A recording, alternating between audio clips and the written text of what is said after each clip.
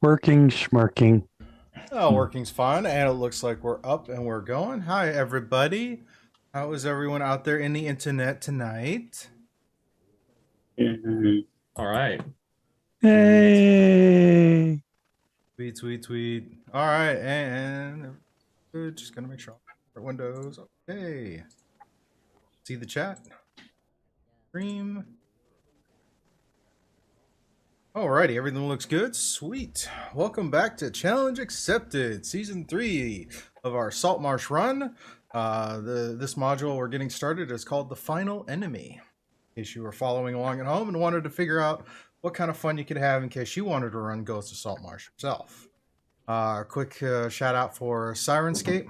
The background music and soundboards that we use are made by those wonderful people in Syrinscape. Check it out at Syrinscape.com if you want to look for sounds that you can use to make your tabletop experience more enjoyable, whether it's around the table or distance. There are options there.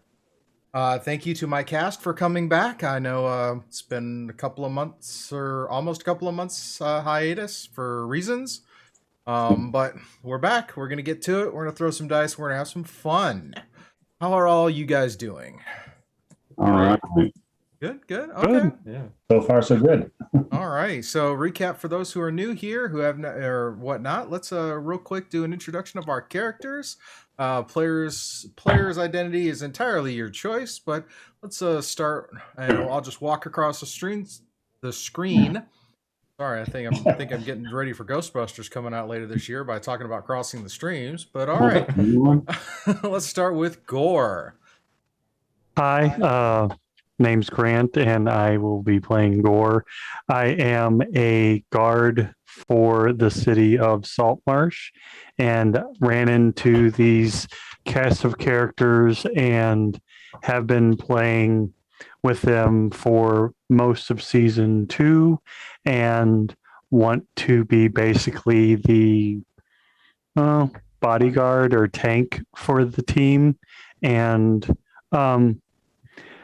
also like to just kind of be the overall barometer of the room at times. So it's always fun to listen to the voice in the back of your head.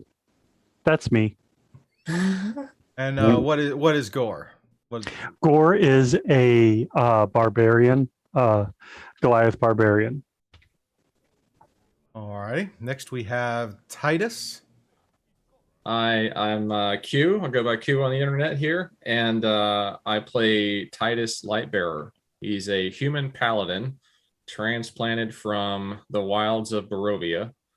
I've been protecting this party the best I can since Barovia, and am looking forward to surviving. That's the goal. Excellent. I just realized we're on season 4, not season 3. That's my mistake, because I just remembered. Season 1 was Sinister Secret of Saltmarsh. Season 2 was A Wonderful Land in the Dread Realms. Season 3 was the Danger in Dunwater. Season 4, this season, is The Enemy Within, the final enemy. And I'm not talking Season 3 of Saltmarsh, Season 4 of Challenge Accepted. There we go. It's all good. Yeah. All right, that interlude out of the way. Next up, we have Nin. I play Nin, who is a half-elf sorcerer. He has no idea where his powers came from, nor does he remember where he came from. There's something a little off from time to time with Nin, and you might see more of it this season. All right. Did you already say what your race and class was? Yeah, half-elf sorcerer. And last and not least, we have Karalee. I'm Glenn, and I play Karalee. We're all level 6. I'm a halfling monk, mark of healing. So raised, to basically be a healer. And that's what I kind of do. And so even though Gorr pretends like he's the voice of the party, he's not. Karalee the conscious. No, I don't know. Conscience of the Shots heart. fired. No. Well, he's the conscience. We just ignore it.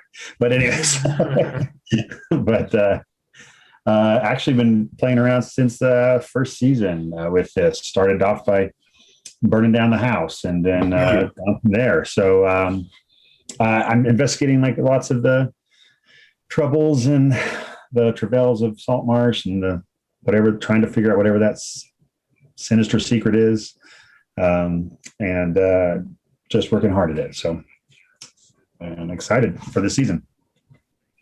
It'll be loads of fun.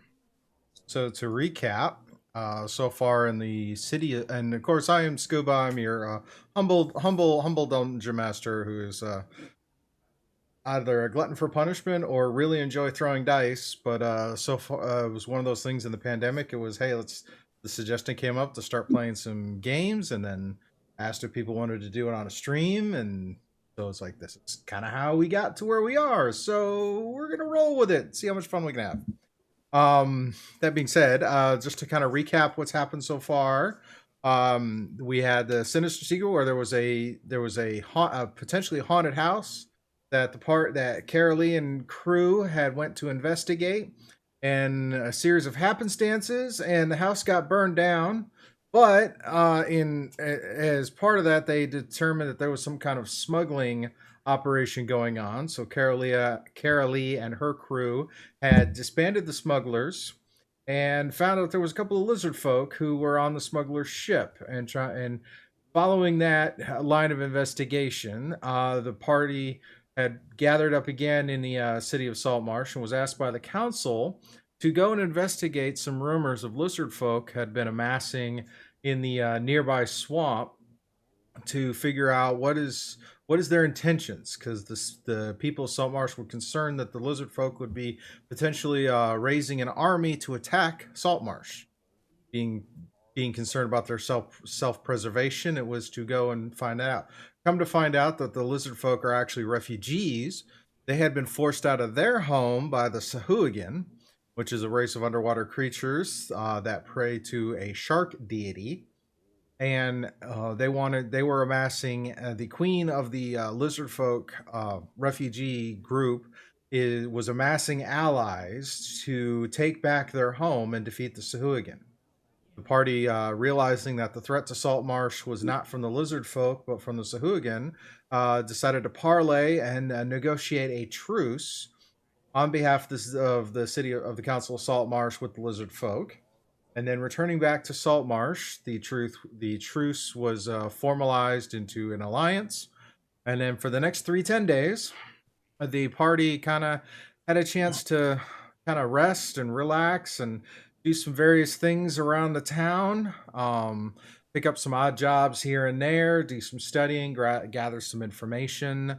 And as such, some of the things they saw while they were doing this was there was a camp that was being established just outside of town that had a decent size of lizard folk there. There's a couple of envoys and their entourage. Several council meetings have been going on.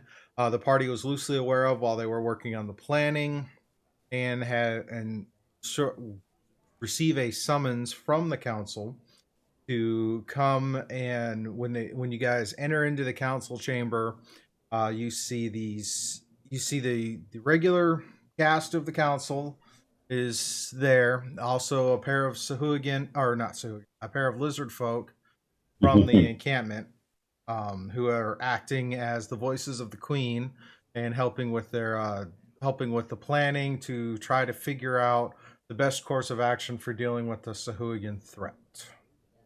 This is where we kind of dive into things.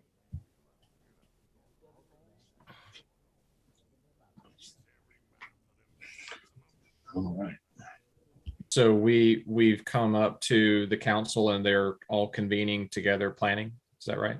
Yes, they've been planning. You've received your summons to go and meet with the council. You're stepping into the council chamber. It's big kind of table has been set up with a mock-up of Saltmarsh and some of the surrounding area. as well, and input, and there have been input and conversations about what's the best course of action for dealing with the threat. Okay.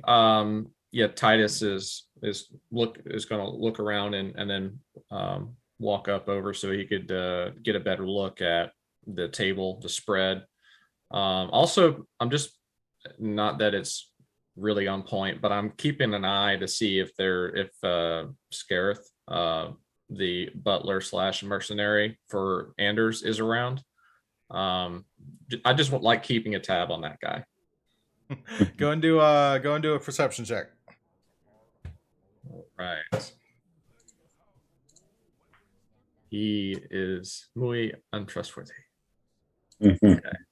Nope, not persuasion. Let's try that again. Ignore that roll. Perception. All right. That was a good persuasion roll. Yeah. Oof. 12. Perception. With all the activity using... going on in the room, you can't get a bead on where Scareth is. Yeah. Anders is there, so you're pretty, based on your time working for Anders over the last several 10 days, after the last 3 10 days, you know that Scareth is never too far away from Anders. I'm going to make it a point to give a friendly, cordial nod towards Anders, just to let him know that I see him and hello, and he really returns the nod. myself.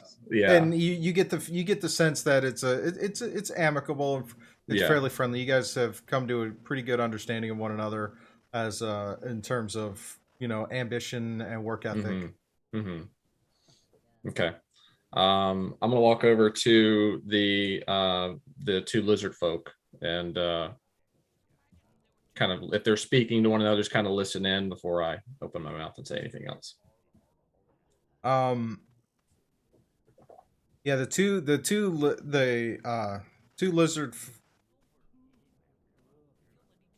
lizard folk are actually conversing with a couple other individuals, and this is the kind of the first time you've had a chance to really kind of see them, and one of them is a merfolk, and another one is this kind of weird little creature, kind of looks like a catfish with arms and legs.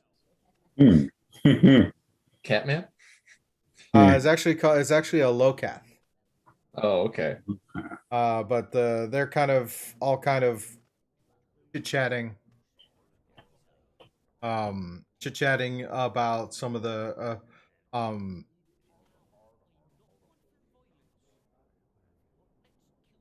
and they're chatting with the lizard folk. Yeah, the lizard folk kind of speak in kind of a broken or heavily accented common. But the other two actually do speak common. Their accent isn't as bad as heavy as the lizard folk, but they're discussing they're discussing some of the defenses and some of the patrols to Locath.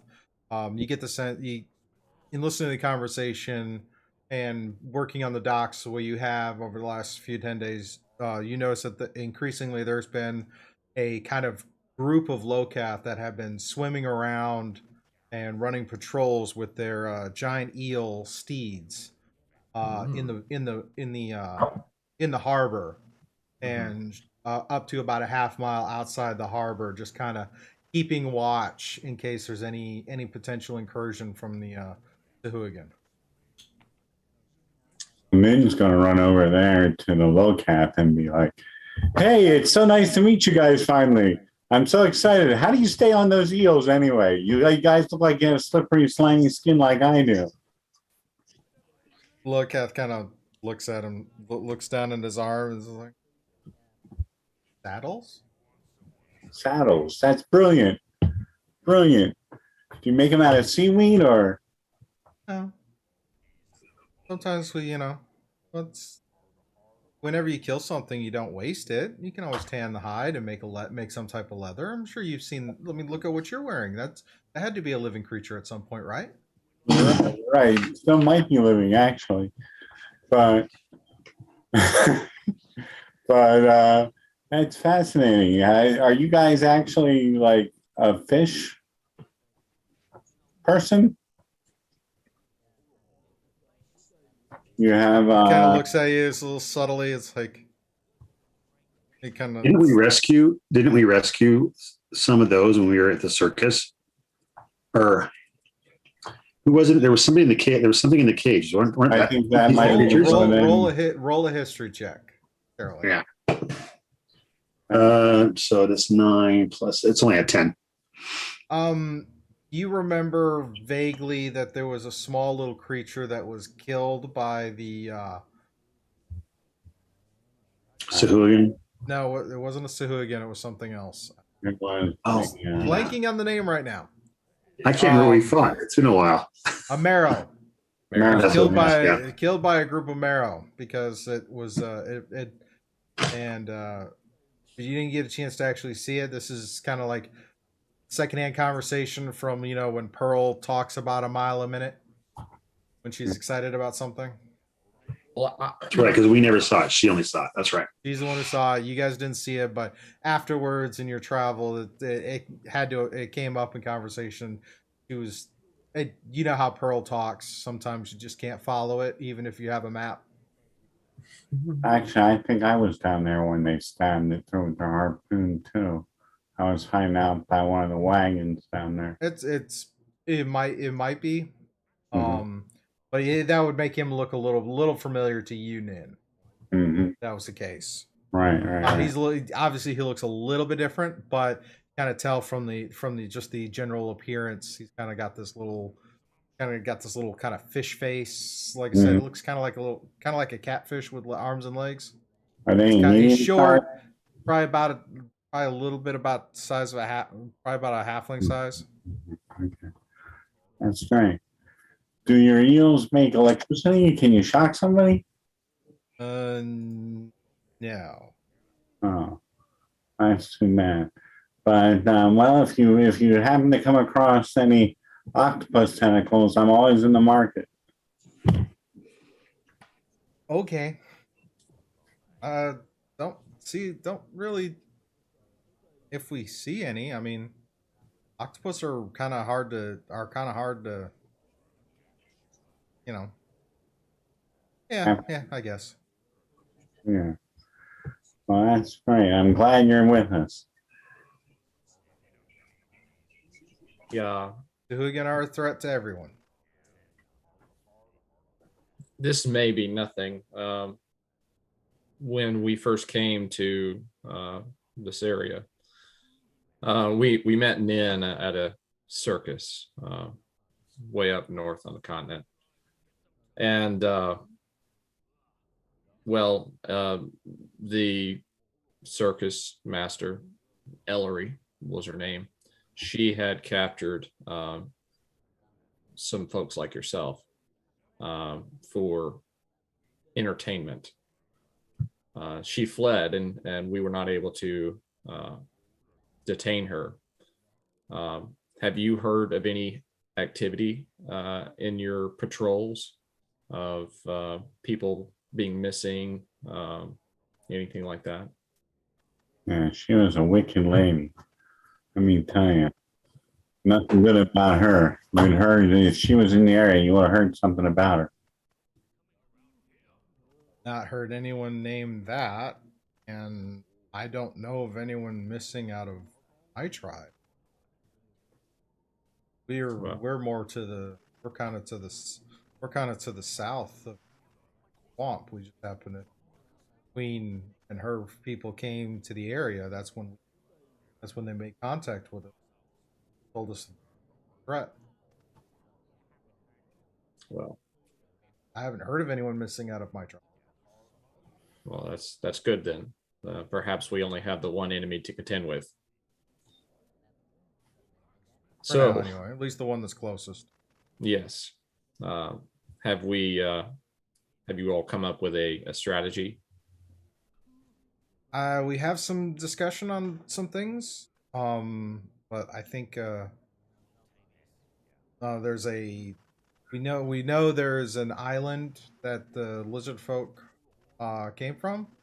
And at that point, the lizard folk are nodding, and they point over to the war table, so to speak, and you see kind of a rough depiction of what appears to be this kind of spire that is in a is its own little island.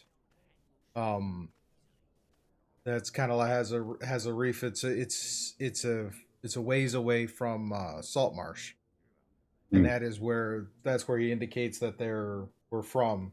And you can see by its location that if an invading force were to come from there, and they'd have pretty good reach into Saltmarsh as well as some other areas along the coast, as kind of as good kind of starting point. And the fact that it's partially the fact it's a little island, so it has some defensibility to it, but it doesn't appear to be like, it looks more like it was a mountain at some point that most of it had come away. There's no indication on the map of any kind of vegetation or anything. Like it's a clump of rocks. Karalee, using her cartography tool, map maker skills, whatever, she sits down, she tries to figure out scale and figure out how far away it is, and where it would be located. And she kind of like sketches her own pulls out her stuff and starts sketching a little bit of it too, just to kind of get an idea of where things are. Roughly how far away is that island from from Saltmarsh?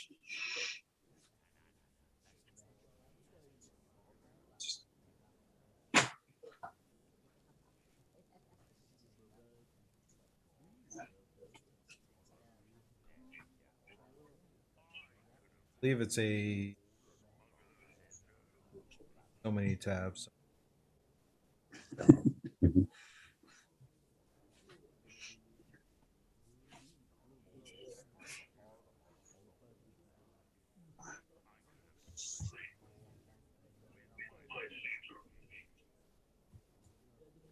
It's a 2-day sail from Saltmarsh.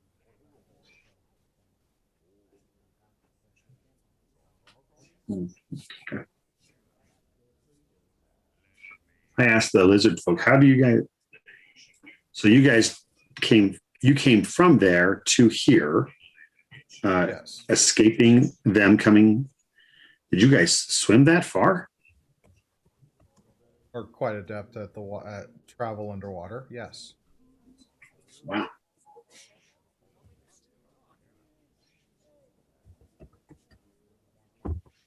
So what part can we have with this in supporting? What part can we have in this battle to support you? The lizard folk kind of look at each other, and at that point,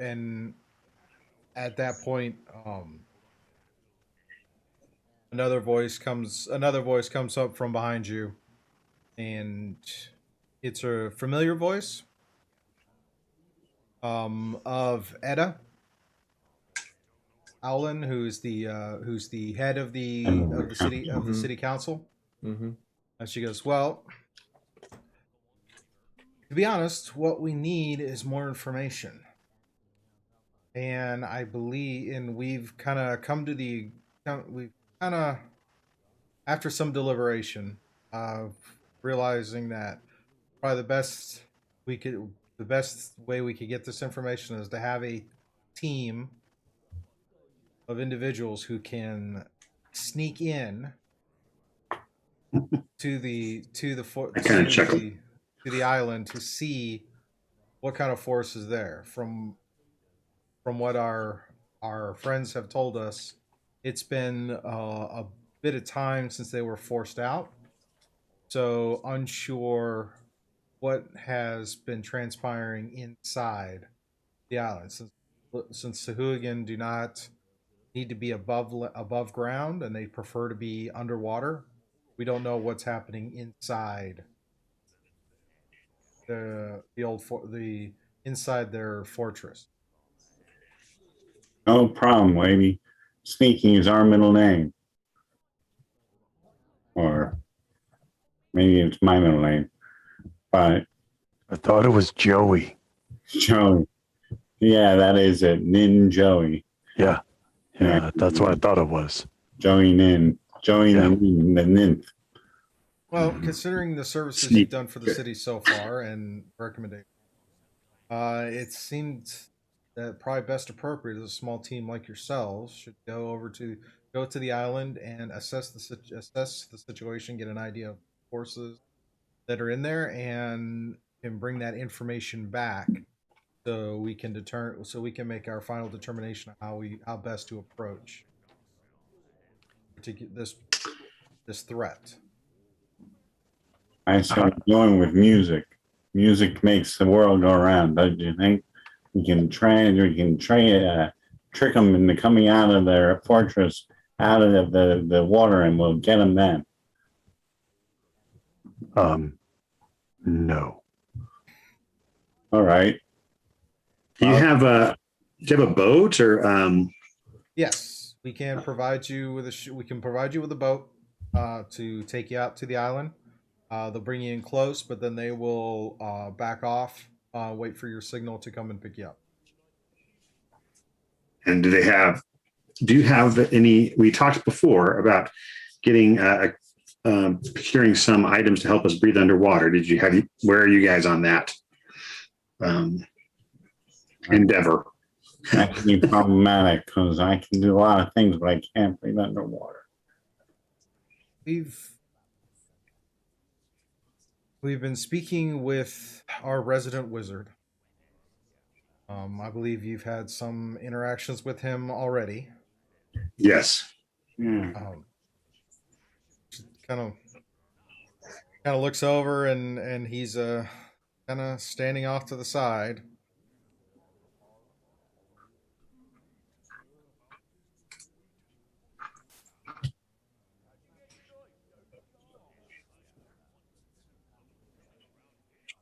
Sorry, my notes. Xandros.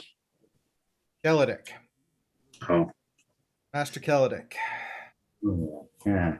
He has been working on something. She kind of motions over, and you see him kind of come by. He's a human male, looking like he's definitely been around a while. Got the traditional robes and whatnot of a spellcaster. And he's like, yes.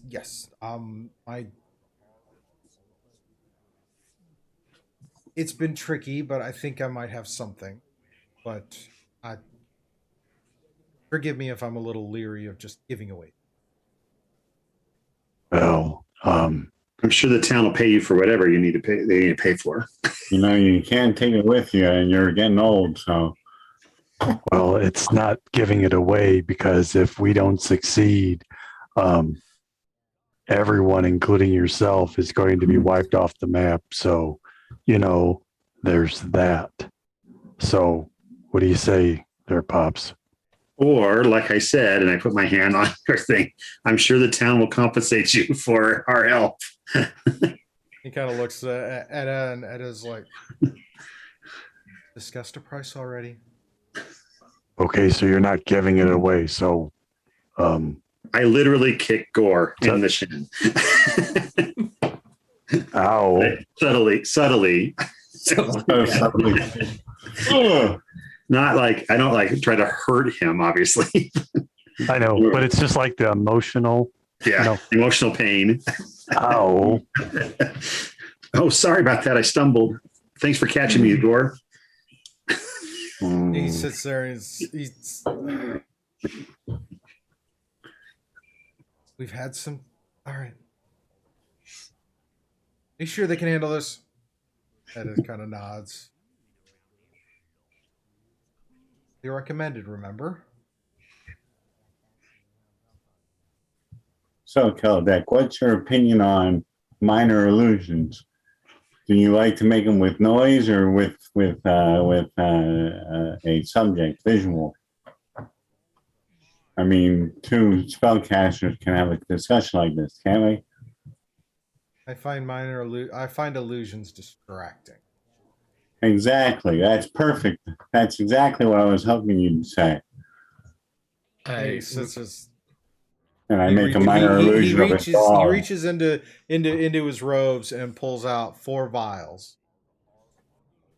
That's Oh, all I could make under such short notice. But come on. hopefully this may help.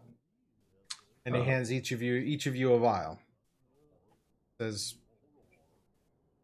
the recipe might be a little rough, but essentially it should help you breathe underwater about an hour. So a little rough. You mean like only half my lungs with water? Maybe, I don't know. But I'd be very curious to know your individual reactions to it when you come back, if you come back. Excellent. We'll take careful notes. Master Keladek, if I may, there's something else that you may have that might be crucial for the success of this mission. Now, bear with me. I have a balloon pack, and it's currently used up.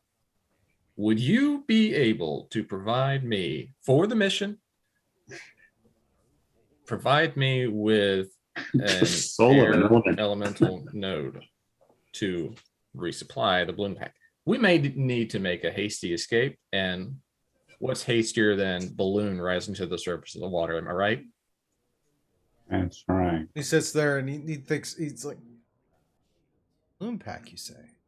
Read about it.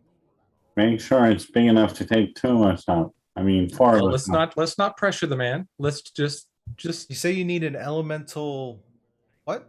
a node. I think it's these things don't come with instructions, but the last guy, when I got this, it seemed to indicate that I needed to replenish it once I use it, and it needs replenishing. And I'll open my pack and show him the balloon pack. He looks over. All of a sudden, it's these full-on studious kind of examining it, and you see his eyes kind of flash blue a little bit as he's sitting there looking it over, and goes, "I don't have any elemental nodes currently. I am in the process of making a couple, working on a fire one. I'll have to see. I'd have to go and I'd take a look. I might have to consult some of my colleagues. Sure. Yes. Well, for the And see mission. what we can do. Yes, absolutely. I don't think I can get it to you before you have to go on this mission, but I can definitely look to see about getting it so you can replenish it. I'd be very curious to study this thing. Certainly. Yes. Do you mind if I hang on to it so I can study it? And Well, I'm sort of attached to it. It's sentimental value. How about we make a trade? If you hold on to that, maybe I can borrow one of your wands, Keladek. You got anything that would be useful? Unfortunately, no. Oh. I don't typically carry wands, and Well, I'm going to insight this guy. Does he seem trustworthy? Like he's not Okay. going to run off with my roll an insight. stuff. I'm going to roll with my dice, with physical dice, because I don't trust That's Aberrant. perfectly fine. with assistance because I don't trust him either. All right, I'll if I get, does that give me advantage? Yes, it does. Okay, both are good rolls. 18 plus 5, 23. He's excited about the opportunity to study the balloon pack. Mm-hmm. But as far as and his mumblings about a fire node converting to an air node seems pretty much on the level, Mm-hmm. and that you can get the sense that his interest is piqued, but he's not very confident on the time frame to try and get it Okay. working. But if I let him study this thing that is now useless until I get it replenished, he's not going to run off with it. At least I don't get that No, you get impression. no indication. It is pure. Okay. It is Okay. purely the seeking of knowledge that you Once sparked he him gets with the by fire this node mixed obscure up item. with the air node. Well, these things happen, And so, Yeah, I'll let him hold on to the balloon pack.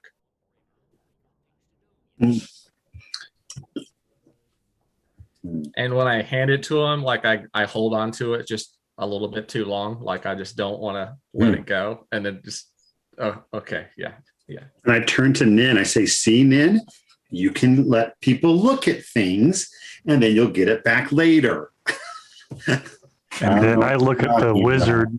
I look at the wizard and I go, see, you can let people have things and they'll report back to you whenever their experiment goes deadly wrong.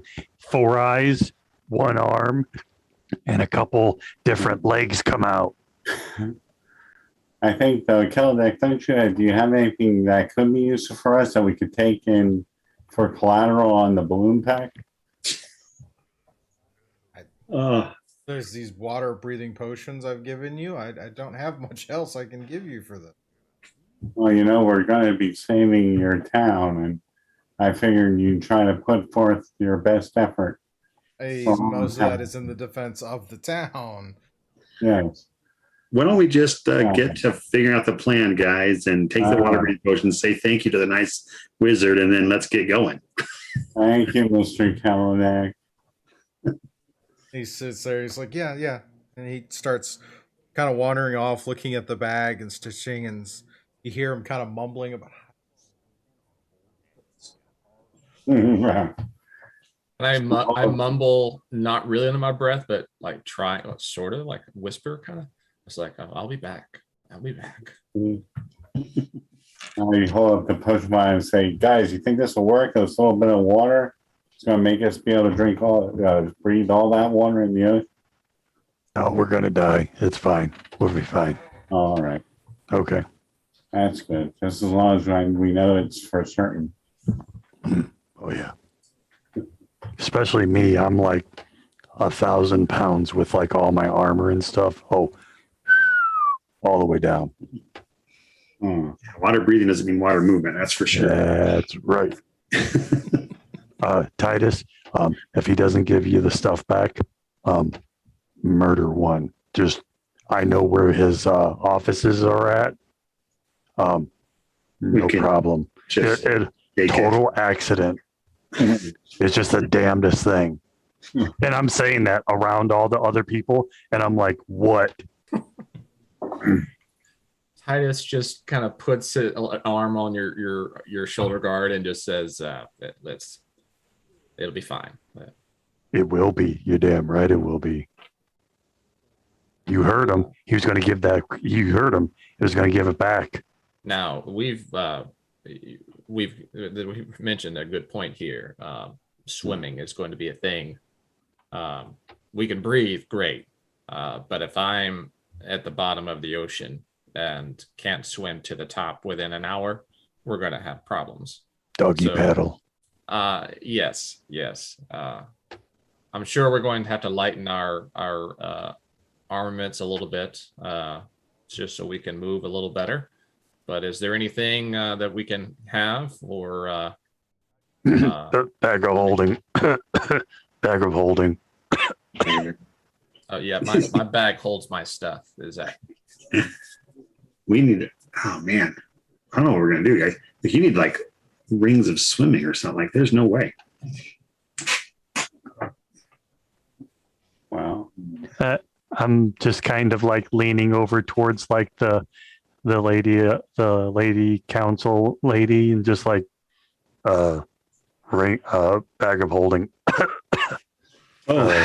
While he's coughing, choking on himself, I asked the lizard folk, hey, inside your lair, is there stairs and things like that we could actually go up and down, that we wouldn't have to be swimming in the water to do once we're inside?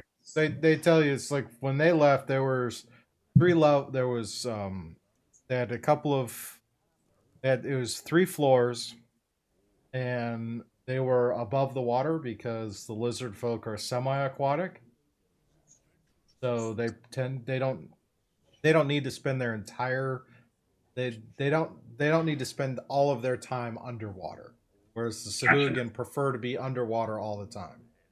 So as far as the lizard folk know, as they described what they knew, rough idea of what they knew of the fortress. Most of it was above water in the inside, but they don't know what the Suhuagin have done to the place. So at least three floors that were above water when they left. Not quite sure what's changed, but it's the need to try to lay your fears is like there are some areas that are above water. I mean, the idea is to kind of see what's been changed in the place, and they go over that they need to know. They want you guys to see what's changed in the fortress, what troops are in the fortress, where they're barracked at, where their sleeping quarters are at. What's an idea of the size of the force that's occupying the fortress, and bring all that information back. So the boat And will see drop where us they off. are, and see where they are in preparations. So the boat will drop us off, and then But we'll bring you to the island, and from there you determine how you're going to get in, right. and then how to get the information. And the idea is to, and this is kind of a recon type of thing. The idea is to be stealthy, get in, get the information, make as little noise, and keep as low profile as possible, and then get out.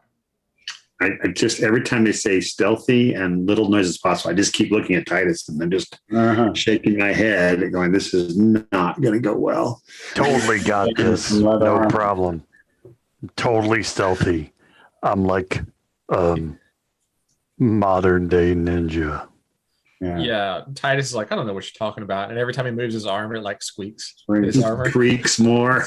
And every time I step, like chairs move and everything. Ed is kind of looking at you as this is, might have a point.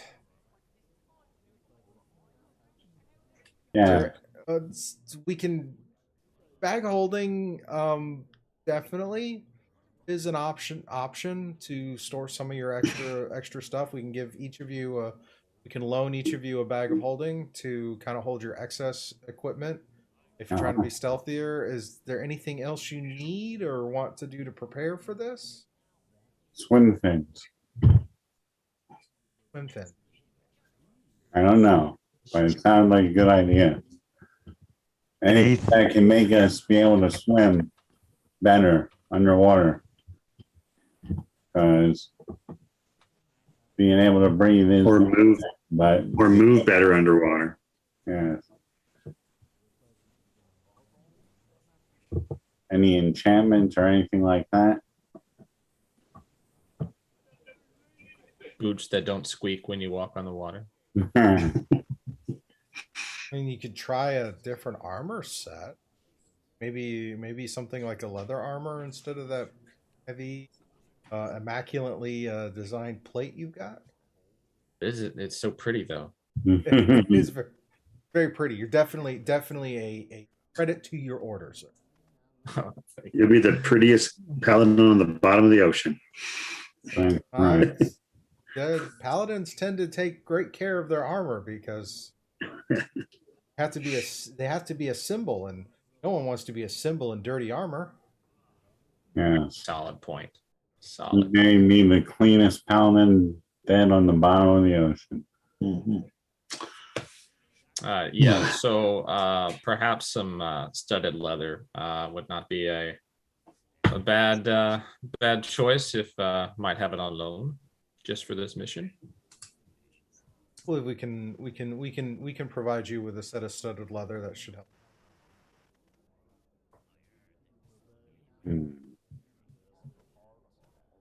The captain of the guard comes over and says, shouldn't be a problem.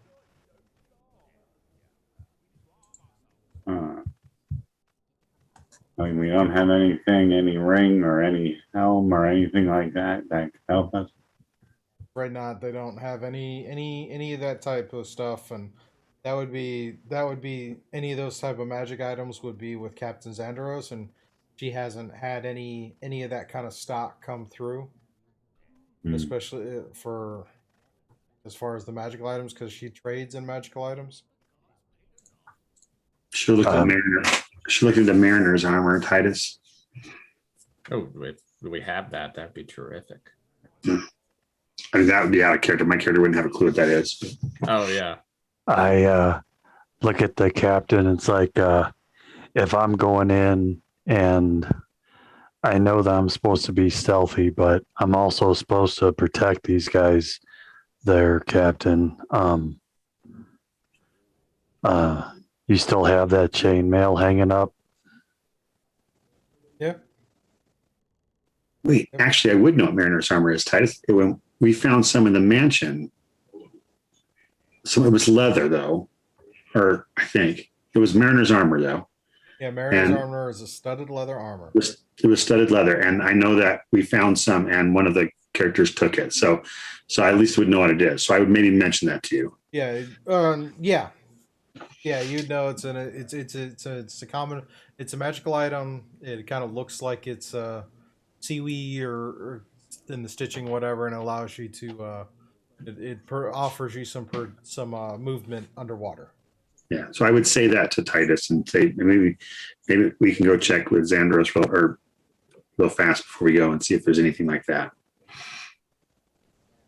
And unless the captain of the god here might have something. Yeah. No, we don't have anything like that. Just some studded leather and chainmail. I mean, I'll turn to the lizard folk and that are there and ask if they have any such gear. Looking at them, they don't wear much in the way of armor. They actually look fairly close to a kind of an attire that Gorr wears. Very much kind of very minimalistic. Kind of helps with them with their freedom of movement, and the conversation about swimming and being underwater, and the merfolk, the lowcath, and the lizard folk kind of look at their hands, and the lizard folk actually, and they kind of for the lizard folk and the lowcath, kind of you see them kind of flex their tails, and they're like, well, we don't have a need for that stuff. Yeah. Why would they need it? Well, I guess we're going to try to stay as dry as possible then. Well, 33 levels should be no problem if they're all dry. Was there any land access to the island? Yeah, part of the island. Again, they point over to the map, and you see where the island is. It's got a couple of other rocky areas next to it, but they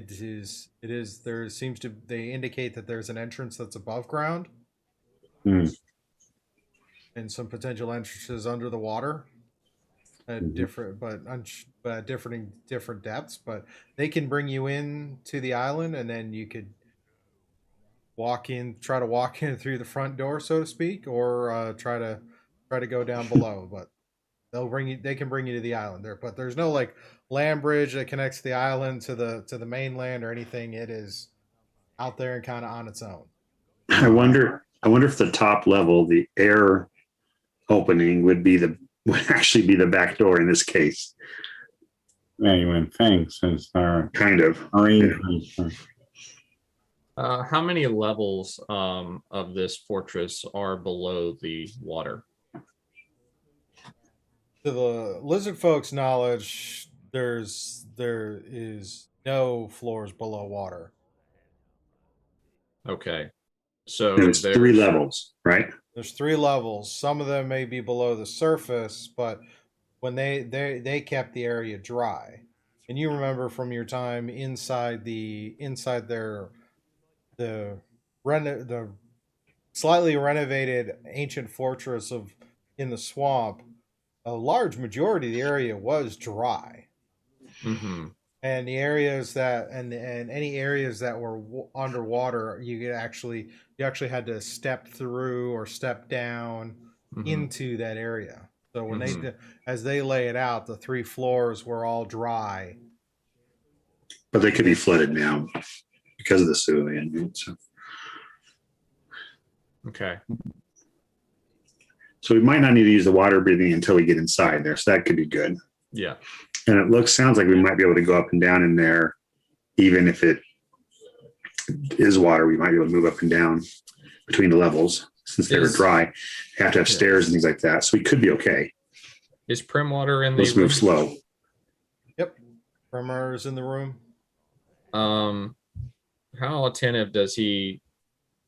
Or I guess the better question is, Yeah, the entire council's in the room with Right. with the couple extra people that have been. does he seem to be for this offensive maneuver, Yes. or is he okay? Yes. The go ahead and do an insight on the room. With help. Because I don't like Prim Water and I want to yeet him so badly. You and me both, brother.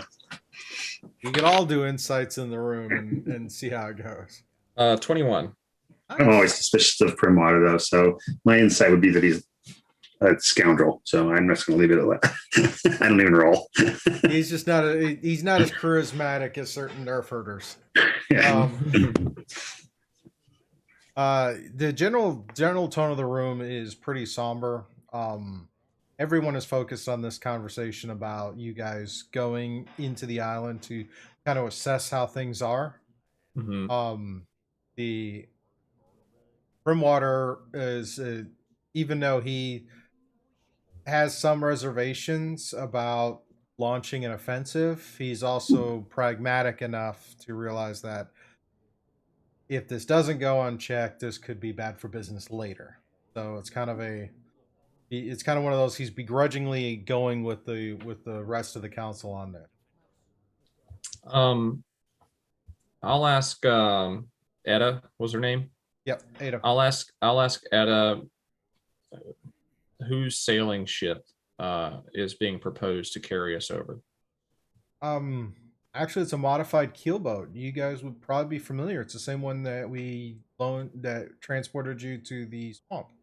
Okay. Mm. And the lizard folk guards are going to be forming the escort. No, Or- we have several seasoned sailors that will be with you again on that boat. They will be in charge of making sure that it's safety and to be able to bring you back when you signal to be picked up. Okay.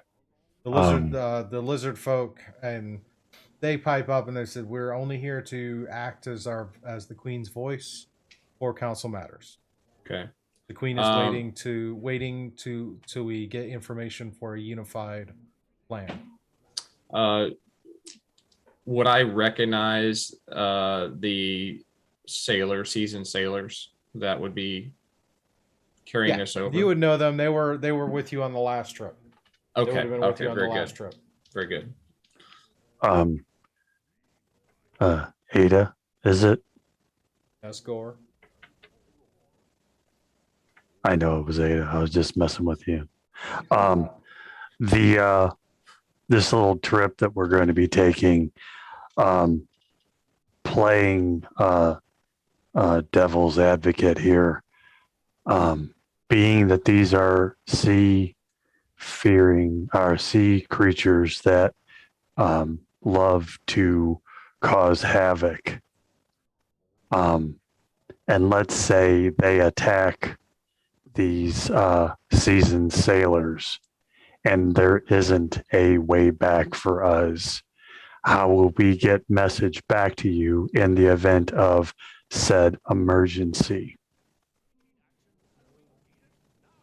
Because that is a possibility, and I do not wish to be stranded for against a bazillion or however many the hell that are going to be out there and not being able to get word back to you guys because they got overrun because there's a boat doing circles or whatever waiting for us to signal. I wonder if one of the swimming races could come along to be able to swim back if needed. I actually have something that might be of assistance in this matter. And Titus pulls out from his pack 5 sheets of paper. Now these when I write a message and fold them in and send them off, they turn into paper birds and can go quite a distance to deliver a message. So that might be an option. How far can they go, Titus? We're 2 days boat ride. Can they go that far? It says that it travels within 5 feet of its intended recipient by the most direct route. And it has a flying speed of 60 feet, but it has no limitation on distance. So it can pretty much go wherever as long as it's can find, and it will find its recipient and send it. It's like that. Ada listens to that because as she was about to sit there and say, "We don't really." I mean, the boat would have some type of flare option if it was in distress, and then possibly we could send something else out. But as she looks over to Titus, is you probably bring forth a much better suggestion. Now, can anyone use these pieces of paper to write a message and send to whoever? Yes. Then it could be if you can send a message. That would be the most expedient way to send a message for your transport when you're ready to be picked up, as well as, and they can take a much safer distance away from the island in case to prevent possibility of being attacked. And if you give the crew some of your sheet or your paper, they can, if they are in distress, they could send a message to let us know distress. Yes, that should work out just fine. Does that satisfy your concern, Gorr? I do understand your concern. Unfortunately, there's definitely an element of risk in sending you out there. I mean, I'm fine with the risk of going out there, but the risk of coming back and like that, the risk of not knowing if I can come back because of something I can't control of other people is what I have a problem with. So those people out there on the boat, I can't control. The people I'm with, I trust. I don't trust or know what's going on because I can't see or be able to help those people. So that's why I wanted something. Just, it doesn't seem militarily right to not have some type of backup or some type of plan around that. And it seems really rushed and not really put together. What is going on here with you guys right now? Like the council's like what? Like in a hurry to like, I don't get it. We have to find the information before they can make a We are decision. concerned because we don't know how long before they attack. When they attack, we don't know their forces. We don't know anything. So we are desperate to get information so we can properly plan how to make a first strike, which is why your mission is so important. If you get in there, get the information, and make as little a noise as possible to kind of prevent them from making a first move to allow us more time to prepare, because we don't know what's going on that island.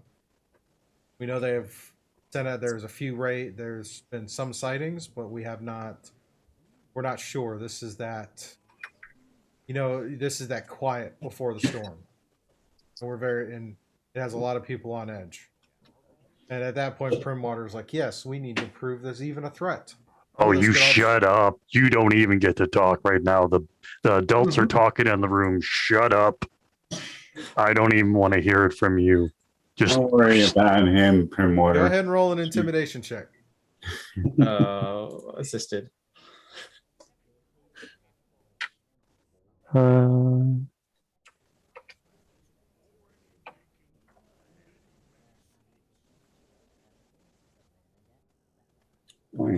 Oh, it was assisted. I got a natural 20. The hell?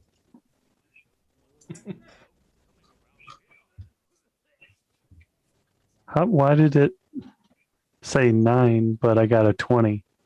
It showed up as a 29 on D&D Beyond. Yeah. Okay. Yeah, we're good.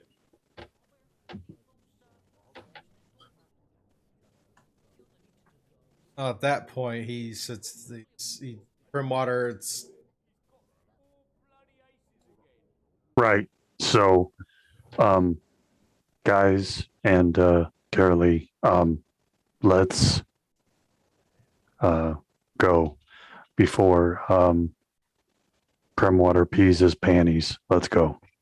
I'm going to actually go up to Primwater and say, don't worry, Mr. Primwater. We won't let him actually hurt you. But I know I know that this is very important, and you could raise your standing in the council if you gave us something that would help us succeed.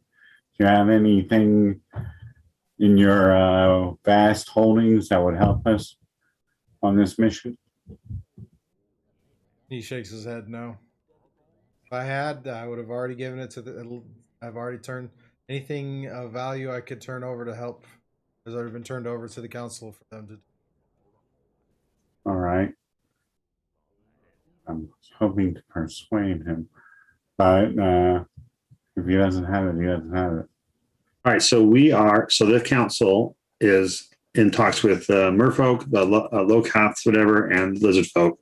We're trying to find the information to come back and give them information to make a decision on what they're going to do next. So Yeah, so as far as whether or not how best to attack right. and Okay. remove this Sahuagin threat. All right, well, let's go then, I think, guys. Yep. All right. And as we leave, Gorr just kind of turns around to everyone. I think that went really well. I jump up on Gorr's side and I kiss him on the cheek. The day That was is just, awesome. I wanted to punch him so bad. Every time I'm in that room, I can't talk because I want to hurt him so bad. I have to keep myself in control. The day just keeps getting better. I swear. I mean, you guys exit the council area. You're now standing outside the council building. You know where the ship is moored. The modified keelboat that will transport you to the island. Is there anything else you wish to do before setting sail? You want to go by and we can just check real fast with Xandros if there's any kind of mariner armor available to borrow or put on retain. It's up to you, Titus. I don't wear armor, and I don't think you do either, Gorr, right? Do you wear an armor? Oh, okay. I was thinking you didn't because you're a barbarian. oh yeah.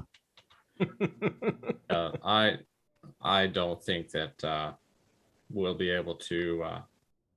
I mean, I already have favor. I mean, Yeah. I say we just get on with the mission. All right, let's do it. before we leave, we did get bags of holding for each of us to borrow on this little trip, right? Yeah, as you make your way Left. out there, all the studded leather armor for Titus is delivered. The chainmail that you were asking for is delivered. The bags of holding for you to put your excess equipment in case you, or if you decide to make your approach via water or land or by a land or by sea. All those provisions that you had discussed are available on the ship as you go to set sail. I just wanted to make sure if there was nothing else last minute you were looking to try and accomplish before setting sail. If not, then you will set sail, and this will be a good opportunity for us to take our mid-session break. Let's get up, stretch, walk around, do all those things. If you're enjoying the video, if you're enjoying the show so far, or enjoying the video if you're watching this when it's not live, please be sure to hit that like button. If you're new to the channel and want to see more videos as they come out, hit the subscribe, hit the bell notification. Y'all are awesome and amazing.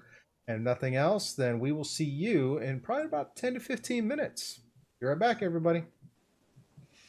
Become inspired by Syrinscape Online Player's massive sound library and weave your tabletop legends by building custom sound sets that bring your immersive world to life. Simply download the app to access the entire Syrinscape archive anytime you need epic sounds. The online player works perfectly alongside any virtual tabletop to bring your players together no matter where they are in the world. Broadcast your custom sound sets in real time with flawless audio quality to give them a game they'll never forget. Get the Syrinscape Online Player today at Syrinscape.com.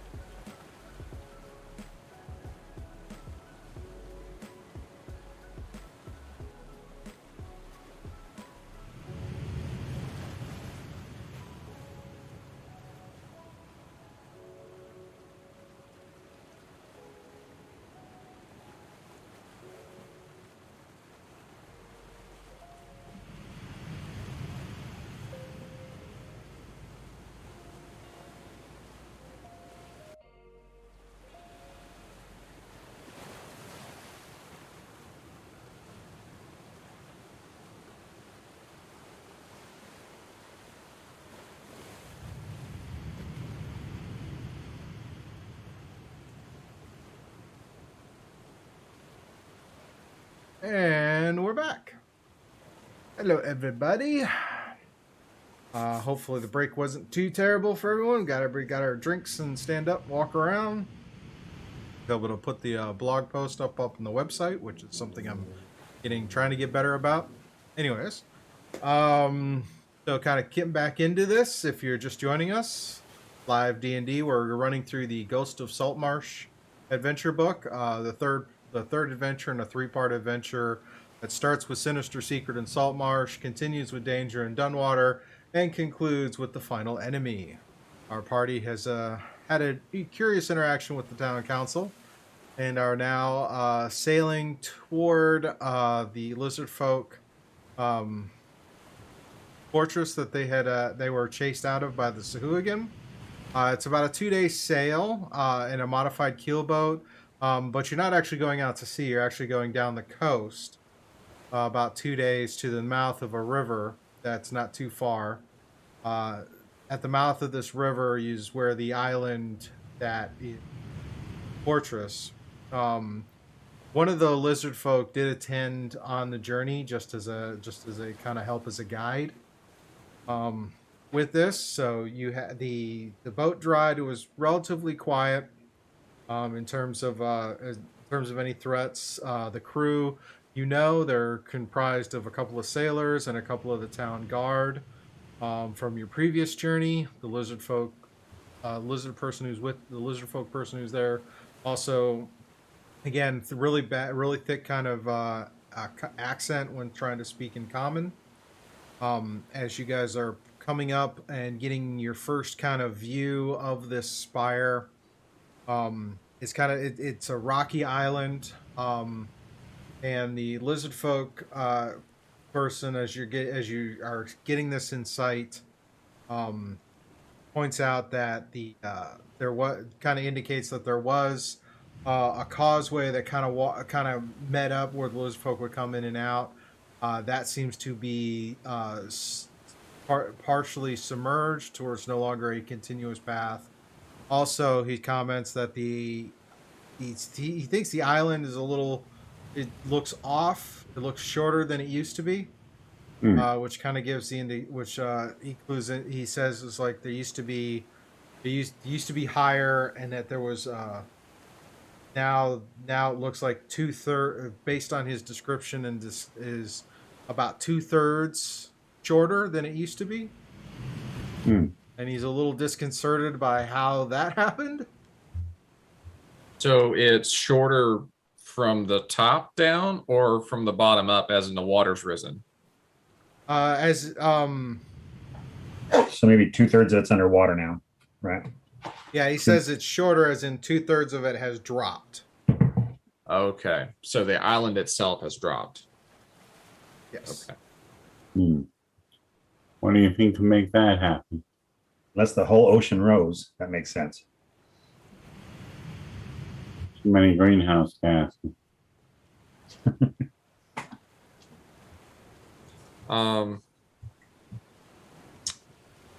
I'll ask the lizard folk what language the Sahuagin speak. They kind of look. They don't know. I can cast tongues when we need to, so I can understand them and also speak the language. Okay. When if it comes to that. What would I think I know the answer to this, but would it be possible they're trying to bring the island down into the depths so that their fortress would be completely isolated from the landwalkers? I don't know what kind of power can do that, but maybe. Move a whole island, that seems pretty impressive. Well, the island itself is supported by the ground beneath it. It's not floating. Perhaps they've undermined it somehow. Maybe. Still, that's a lot of effort.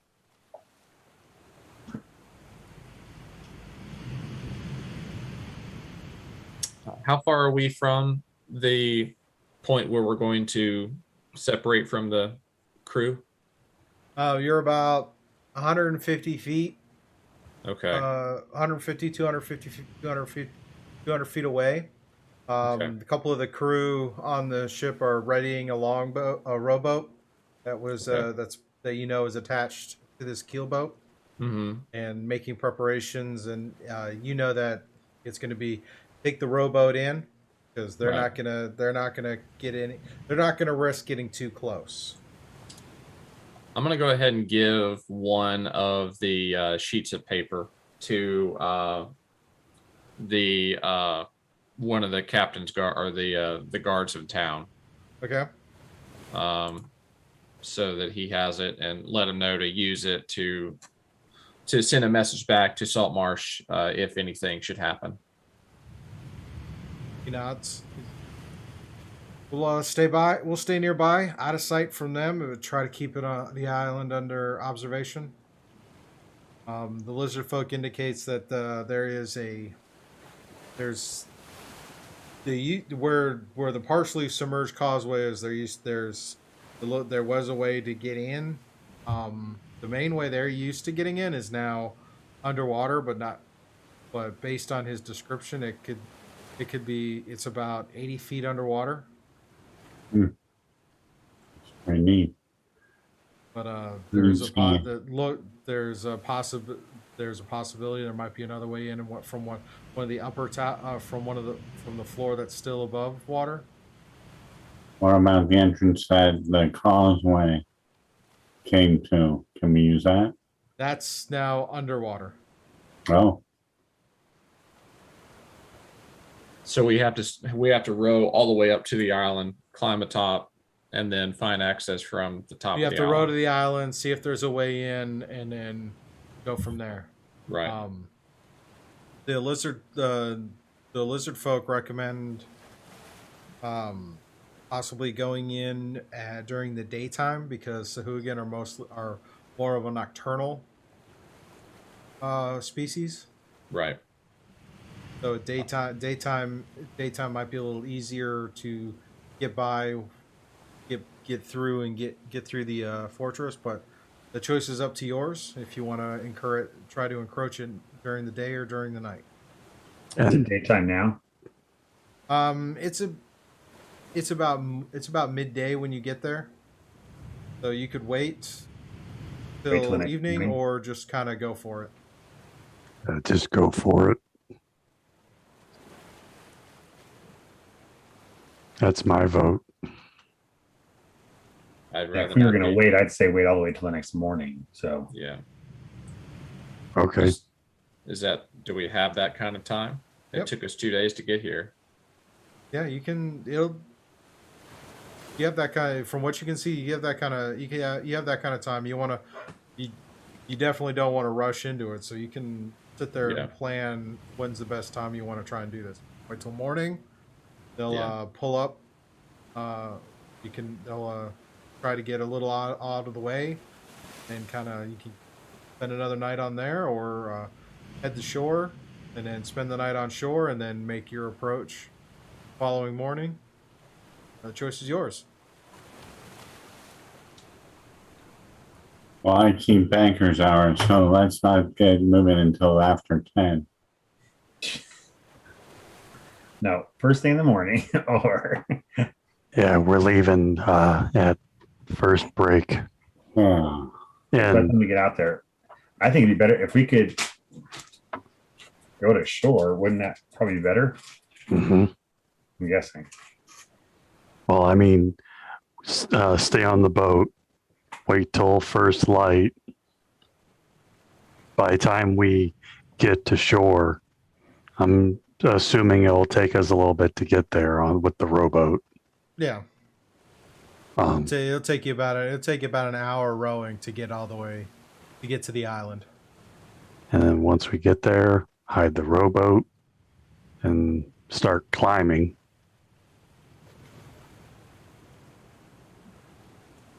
That sounds good, I think. So we'll wait till tomorrow morning then. Okay. And if Ned's not awake, time for another yeet. mhm. Tie me to the bow. I'd like to be a figurehead. Not out of the question. I didn't think it would be.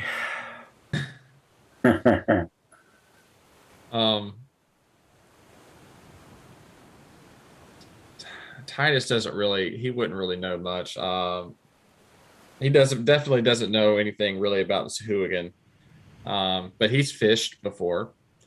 So just can I do like a general nature check to see what hour in the morning they would be the most dormant? Like the earliest that they would be dormant in the morning. Oh yeah, go ahead. Go and roll a survival. You can go and nature check or go and do a nature check, or you can do a survival check. Your choice. And we read that book about him too, so I kind of like pipe in a little bit. Exactly. Yeah, Min and I read that book about the Sahuagin. Yeah. Yeah, you've had enough time. All of you could have read the book. Yeah. Well, with a 4 plus whatever my modifier is, I don't know anything. Yeah, I'm proficient in nature, and for whatever reason, I can't wipe the cobwebs out of my head, so I'm good. I guess morning it is. hope we're right.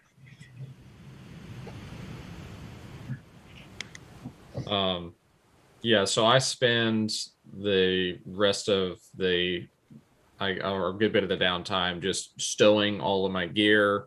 Look at my reflection one more time in the gleam of my armor before I put on the shabby studded leather.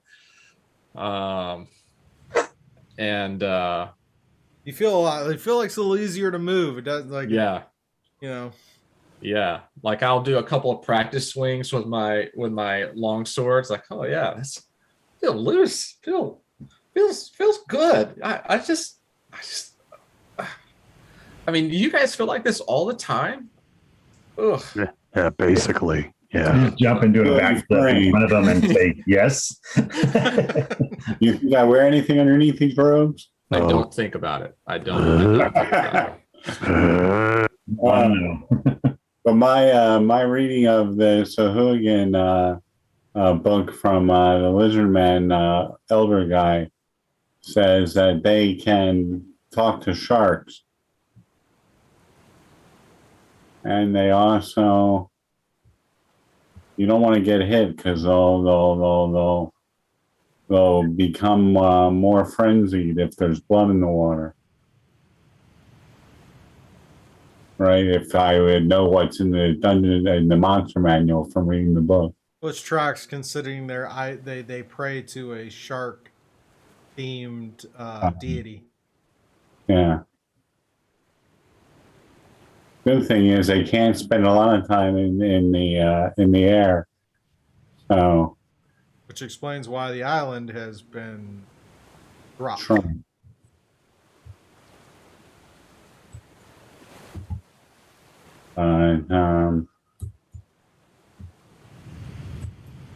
Yeah. Okay.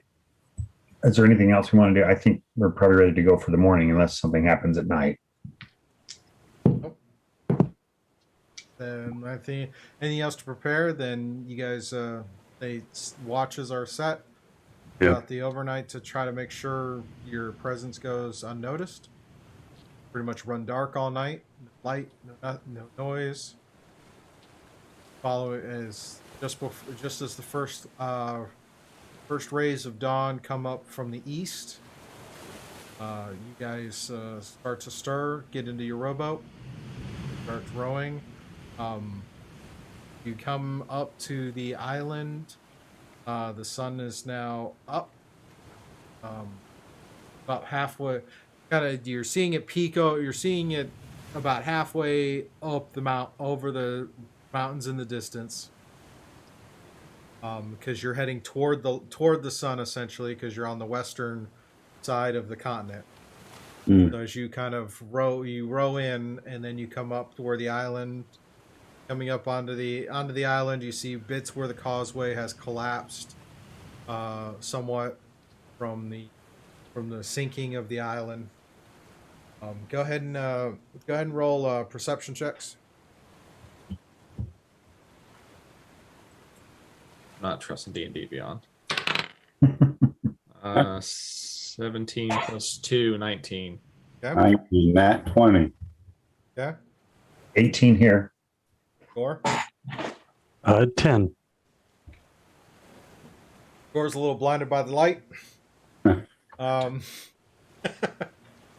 Rest of I'm you- the one that had to row, so I'm kind of tired. 'Cause these guys are sitting there just kind of, misdazing it, just like, oh, I don't go know if ahead. I- Just, No, oh, just Nin is fine. trying to No, row no. too. No, Nin is no. trying to row too, but it's kind of one of those is like because he's so much smaller than you, it's like you We're turning in a circle. where at some point it's just like I just But, said, you guys a lot see- of skills. Rowing is not one of them. So, Does anybody have any lemonade here?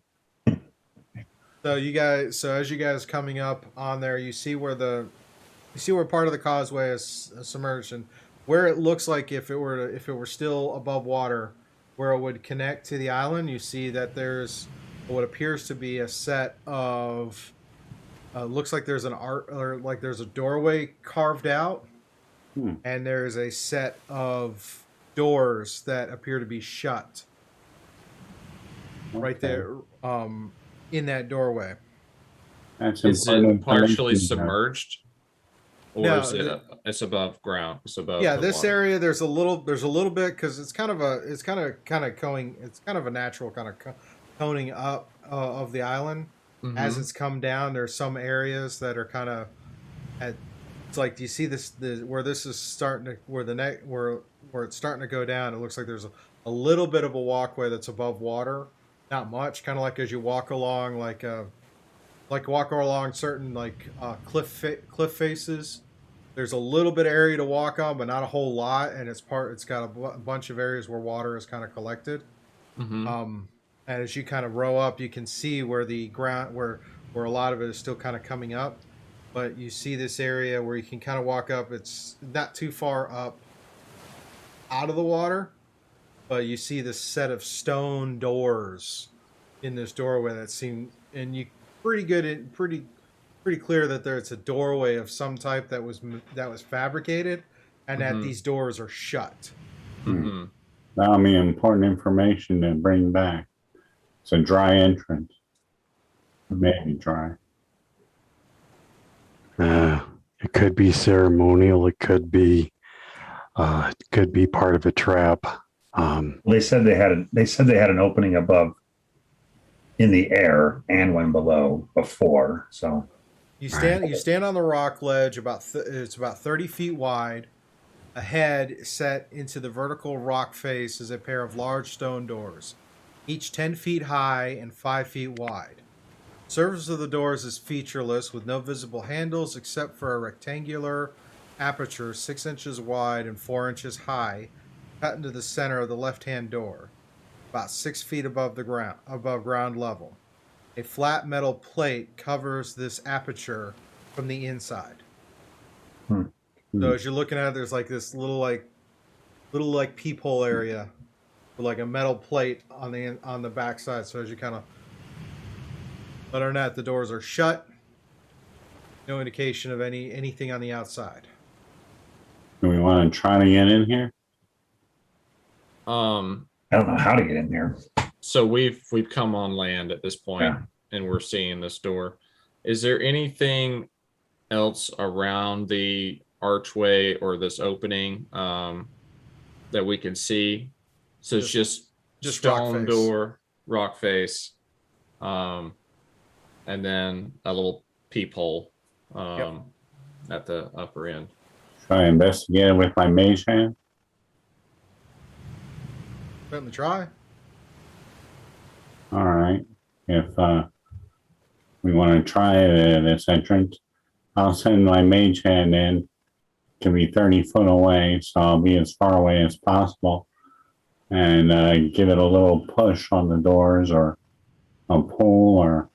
There's nothing to pull from because it's flat, Okay. except for where this aperture is that it's got the steel plate behind it.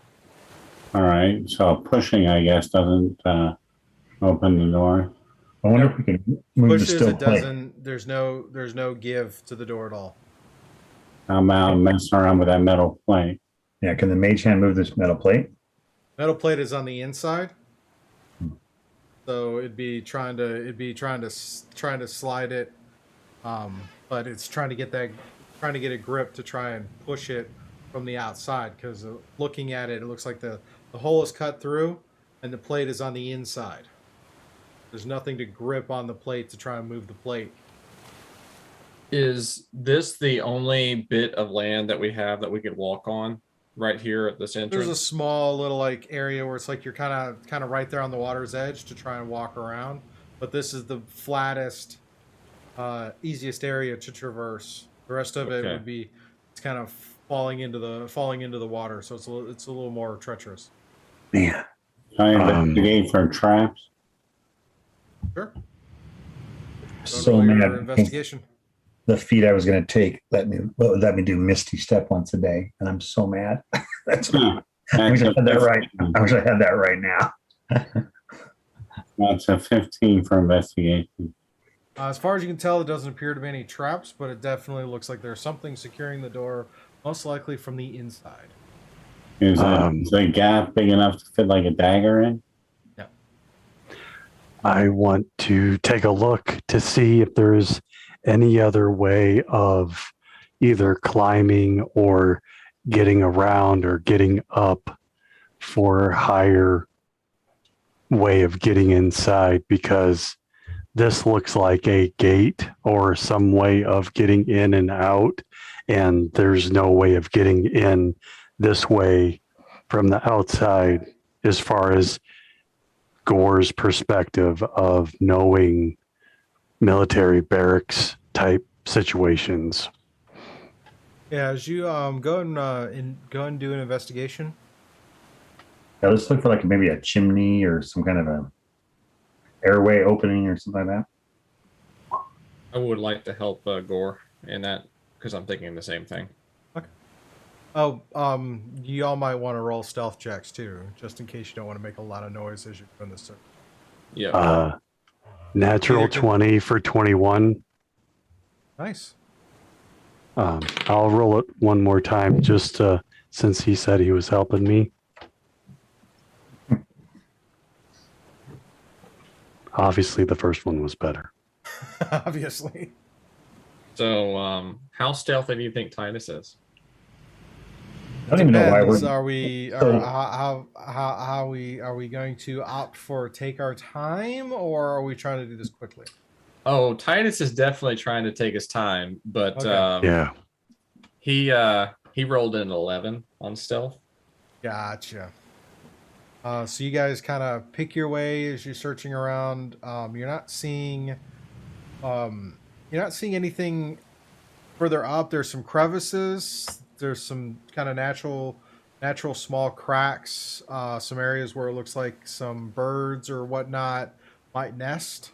You definitely see evidence that birds had nested there, but you're not seeing anything as large enough to serve as a means of entering higher up.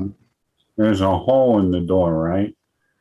A small hole. Think of it like the old speakeasy type things, where it's just something big enough for you to look through, and that's it. I fit in like 2 fingers of the mage hand and try to twist them or rotate it. You want to try and like push your fingers against and use that to slide it across? Is that what you're talking about? I was thinking that maybe it was like a lock that if I could roll it or just turn it in a circle. You go to Okay. you're not getting any movement laterally on that, up and down, or it doesn't seem like it twists at all. So it probably slides sideways, I bet you.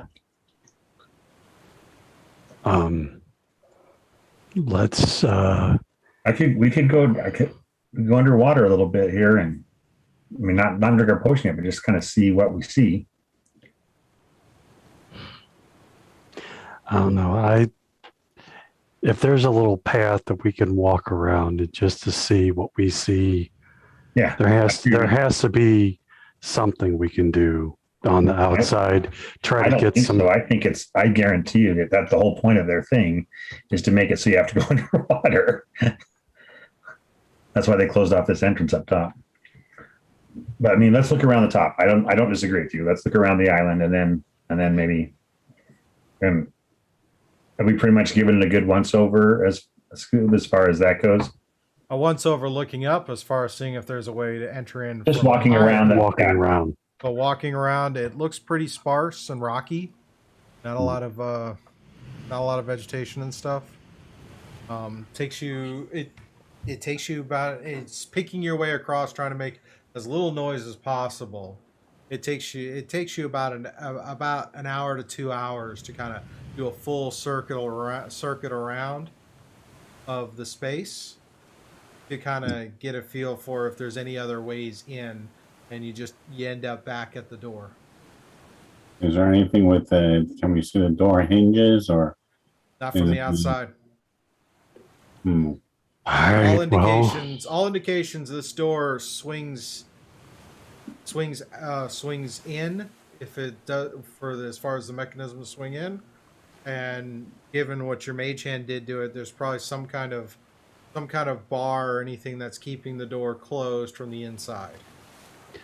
All right. Well, I guess we Appear need to be to. locked or anyway. It doesn't appear there's any other kind of lock or trap or anything.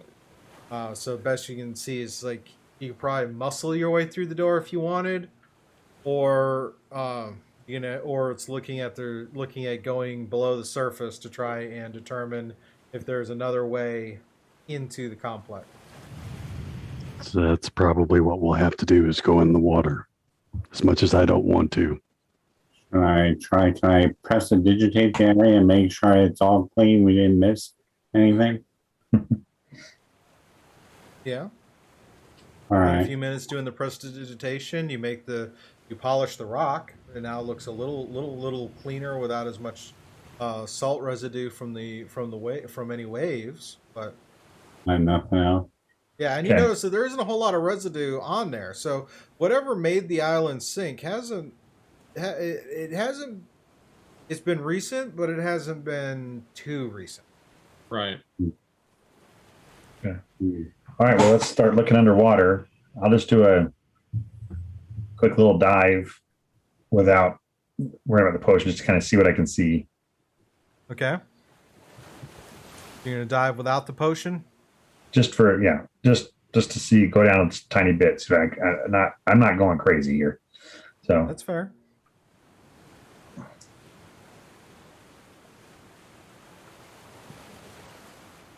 All right. Okay. So, do you have a swim speed at all? no. Okay. So you can hold, as we were discussing, you can hold your breath, the number of minutes equal to your Constitution modifier. Yeah. And as you dive down, it's a strength check or an athletics Athletic. check. Right. Okay. All right. I'm going to use my halfling luck on that one and get a 12 total. Okay. Better than the 3 I was going to have. There's some resistance because you don't swim. I'm not You don't a swim good a lot, swimmer. but you're in very good physical condition as a monk. So you're able to swim down. You get. I'll double check. So my speed's 45 feet. So I would go half that, right? Yeah. You would go half that for a round, and then so 20 and change. Okay. Go ahead and roll another athletics check. That's a 16. That's much better. So you still have your half movement as you go down. So now you're about 45 feet down. Do I see anything? I don't want to go more than a couple rounds. So Yeah, 2 rounds. You're about 45 feet down.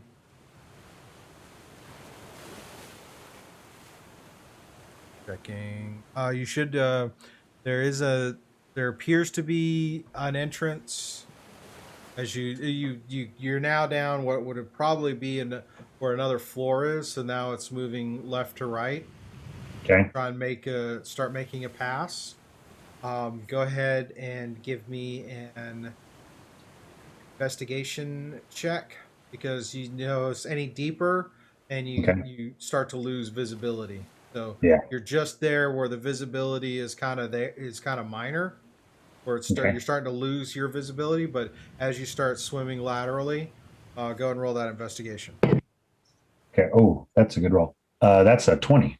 Well, not a natural. It's dirty 20. Dirty 20? Nice. Yeah. Nice.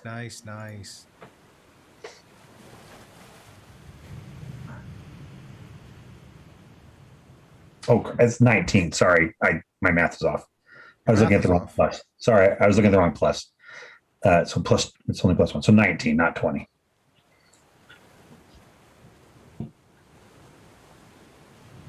I was still thinking plus 2 for athletics. It's only plus 1. Sorry. No, you're good. So as you start to make your way around, you do notice that there is a entrance.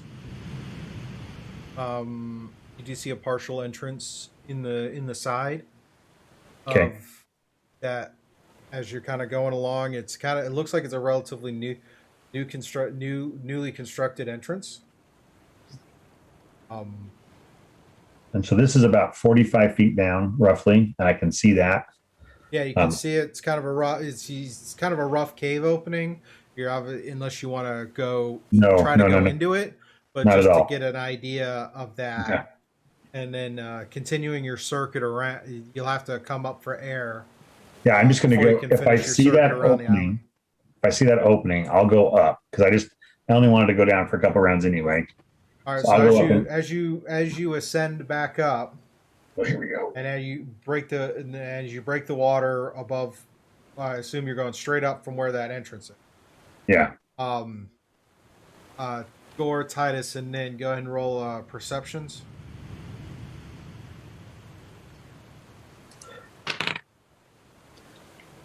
$14. 14. That's a 7 for me. Gorr? 5. All right. Nin and Gorr, you're looking off in one direction. Titus, as you scan around, you see where Karalee pops up, and she is about 20 feet out and about 30 feet around from where she went down.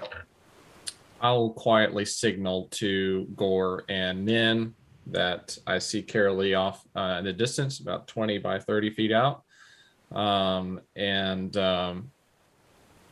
try to make eye contact with Karalee. Yeah. And I'll kind of motion them. I'll motion to them to come out my way. Is there a land route that we could get to be in line? You can walk around and get close, but you notice that she's about 20 feet out in the water. Yeah. So you're going to have to swim out to her, because as she was descending, she was kind of following the natural topography of the mountain as she descended, and then got to a point where it kind of dropped off where she did it, and that's where she saw that. Okay. Is it reasonable for us to be able to drink our potions if we wait to congregate? Oh yeah, you can drink your potion when you can swim out there on the surface. Yeah. Take the potion before you go under. Yeah. Okay. Yeah. So Titus is going to quietly go in for a dip and swim out to meet Karalee. Alrighty. Looking around my surroundings as I do this. Of course. Shark. And Nin will follow him. Same. So I kind of, when they get out to me, I kind of tell them what I saw. I said, there's an opening down here. it looks newer. I wonder if, since they sunk the island, if this is like one of their new entrances or whatever. I don't know what you guys want to do. If you want to drink a potion now and go in, or if you want, it's only about 45 feet down. That's actually pretty deep. So that's quite deep for that's me. that's really deep. Yeah, you're a pretty strong swimmer. Yeah, I'm not the strongest of swimmer. I mean, like, I got lucky on my rolls, if I'm being honest. So yeah, I mean, Titus just kind of whispers as he's like trying not to go under. It's like, this is impressive for me just to stay above the water. So yeah. So we probably should drink our potions and go down there. yeah. So, because I don't know how much. Yeah, Gorr's just like, what's the problem? Okay. Yeah, so I'm gonna go ahead and down my potion. Bottoms up. Yeah, same. Yeah. So is that a D100 to see if we grow gills or wings? Since you Yeah. mention it, yeah, go ahead. Ah, shit. There we go. Tempting fate. Where did the wings come from? At least the flumps don't come. Let's see here. I have an 87. Oof, 32. 48.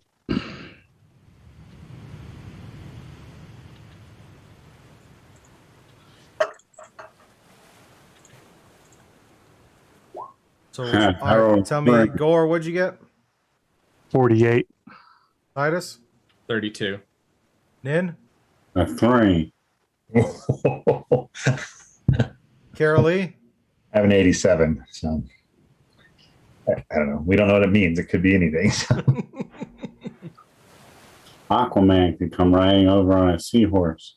As you guys drink your potions and kind of and start to descend, at first you have that kind of you're initially trying to hold your breath, and as you continue to descend, you all of a sudden, at some point, just out of the time it takes, you just naturally open your mouth and you take in the water, and you don't feel yourself drowning. But That's got to be weird. you don't feel any. You feel kind of weird, just kind of sitting there, and as you try to talk to each other, you don't. It's like it doesn't. There's no real sound that seems to be made, so you're kind of reduced to hand signals to communicate with everybody. But you don't have you don't really suffer any kind of effects from it. So it's like, first thing, you feel a little weird, but as you get accustomed to it, and now you start to come down, and you start to follow Karalee as kind of leads the way to the entrance to an entrance where you can come in. All right.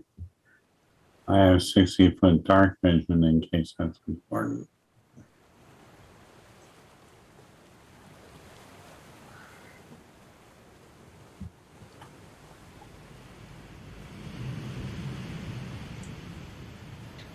Does a hooded lantern work underwater? It depends on what its light source is. It's oil. No, I don't think it's waterproof. I mean, it's just you lower the hood. So No, you lower the hood. It would need like a continual light spell or anything to kind of Yeah. come in there.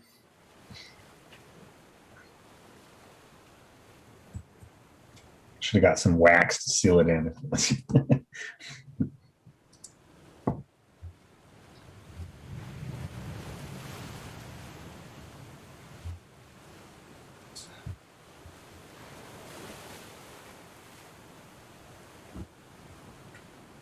So, Karalee, you kind of lead them down into this tunnel, into this kind of cave.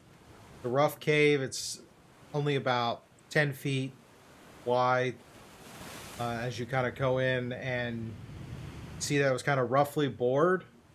And as you get close, now the light area the light kind of dims more.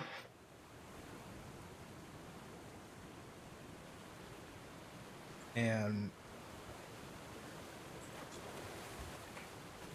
you feel that the temperature of the water is cold, but it isn't like freezing cold. It's just the depth makes it cold. And as you kind of swim through this cave and kind of start to lose your sight a little bit, as you get deeper in, you come to a point where it kind of ends, and then you kind of look around, and Nin, you've got the dark vision, right? That's right. Does anyone else have dark vision? Just as a refresher. Not enough. I can give it to him. You'd cast the spell before. Yeah. So I don't see it. There's not an ending. There's no light. You see dark. As you're swimming there, Nin, you kind of see that you see where the tunnel kind of goes in and it dips down a little bit, but then it kind of ends, and then you see what appears to be a stairway. All right, but it's still dark. It's still dark. At this point, you're inside the cave. There's no light. All right, I'm going to cast that on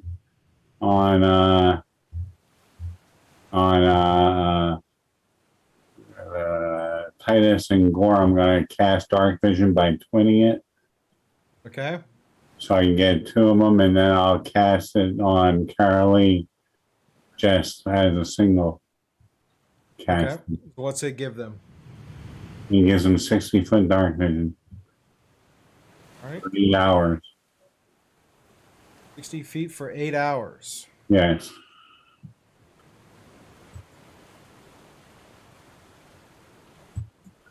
Breathe underwater for an hour, and you can see in the dark for seeing in absolute and complete darkness for 8 hours.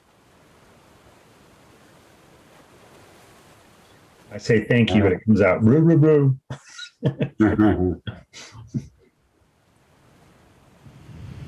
So now hopefully we can sneak up on some people or not be seen. Yeah, I have my shield and I have my trident out, so anyone that's around will be a little bit protected. So now you guys are on a stairwell. It appears to be, it appears to be ascending and descending, and it's about 10 foot wide, roughly about 10 foot wide, and about 10 to 15 feet high. So you can see now that you can see where the cave kind of heads back out, and now you both can see on the stairwell. Leading up and leading down. I point up to everybody and start to go up. There's no other exits or entryways here, just the stairwell? Just the stairwell and the hallway. Okay. And of course the way you swam in. Yeah. The stairway and the hallway, you said? Yeah, as you came out of that cave, you came onto a stairway. Oh, okay. I guess it's up. Does this stairway look like it's original, like it's been there for a long time? Yes. Okay. Or for the most part, it looks like it's older than the Cave entrance. Newer cave tunnel. entrance. I would agree. I'd like to go up first. Yeah.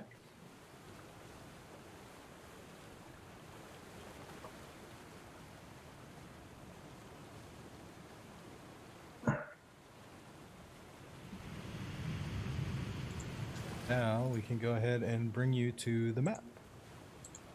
Ah.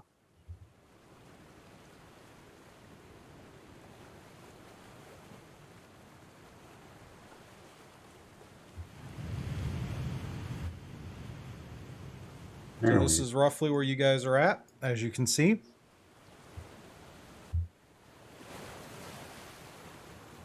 You see, there's a hallway that continues south. Mm-hmm. So is this after we've gone up in Scoob, or is this Yep. right where we are right This now?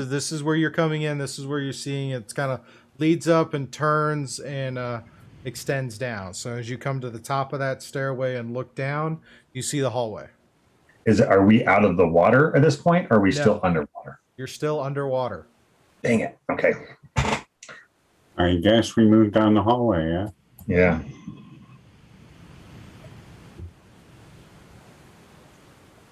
Now remember, it's you're swimming, so your movement is going to be halved. Right. So that's 15. Yeah. 15 feet from me. There's 3 of these blocks, right? Yep, 3 of those blocks at a time. Or 3 of the smaller ones, because those larger squares depict 10-foot increments. Yeah. And then I think you have to back up a little bit. Oh, okay. I couldn't see the small ones. There we go.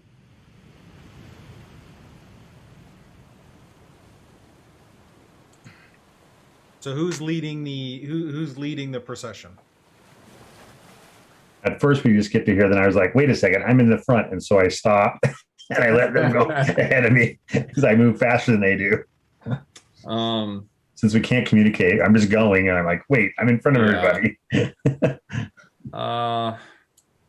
Need the marching order. That way, that's how we'll do our turns until there's some type of combat. Yeah. So let's have you guys you two in the front. Yeah. Titus will be. Go ahead, Gorr. I would want to go up front just because I know that you don't have your armor on, and I have armor and a shield on. Mm-hmm. So at least I could be at least somewhat of a blocker for the party. Yeah, we can stand shoulder to shoulder too. Right. Yeah. So 2 of you go up front, and then I'll have my crossbow out. Yeah. Name's going to cast mage armor on himself. So Gorr and then Titus.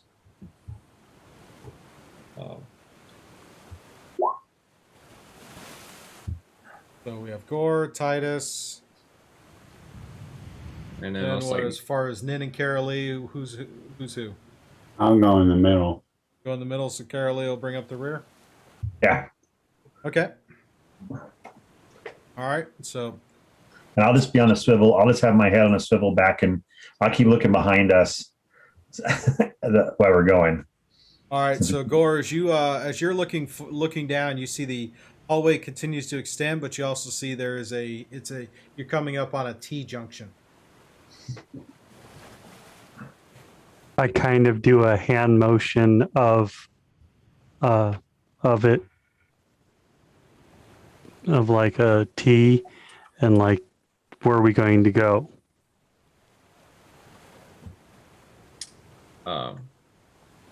Titus just says he kind of gestures whichever you want to go to.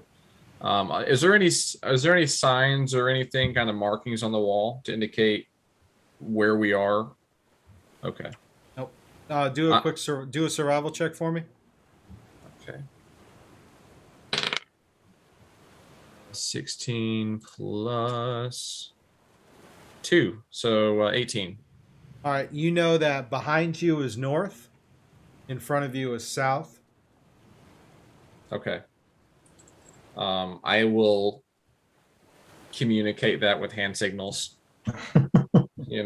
Just. I look at Gorr and I just I point to my eyes and then I point to the hallway to the side. So just to get him to look down the hallway.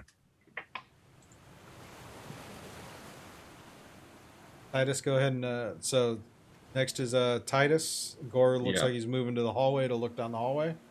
Yeah. All right. I'll go there too. Okay. So as you look down the hallway, you see I see an outline of something in the next room. You see what looks to be an archway down toward the end of the hallway. Mm-hmm. That's just on the edge of your vision. Mm-hmm. You also notice that just about 15 feet in from the hallway, there is another archway that is turned to the that's turned to the south, leading into another room. Anything down here in the south or just? From continuing south all the way to it just keeps going till your vision stops. Okay. How does stealth work underwater? Same as it would above land. It's just, it's going to be, you're probably going to have advantage if you're not trying to go super fast. Right. Yeah. Titus, underwater, and fast are not things you find together.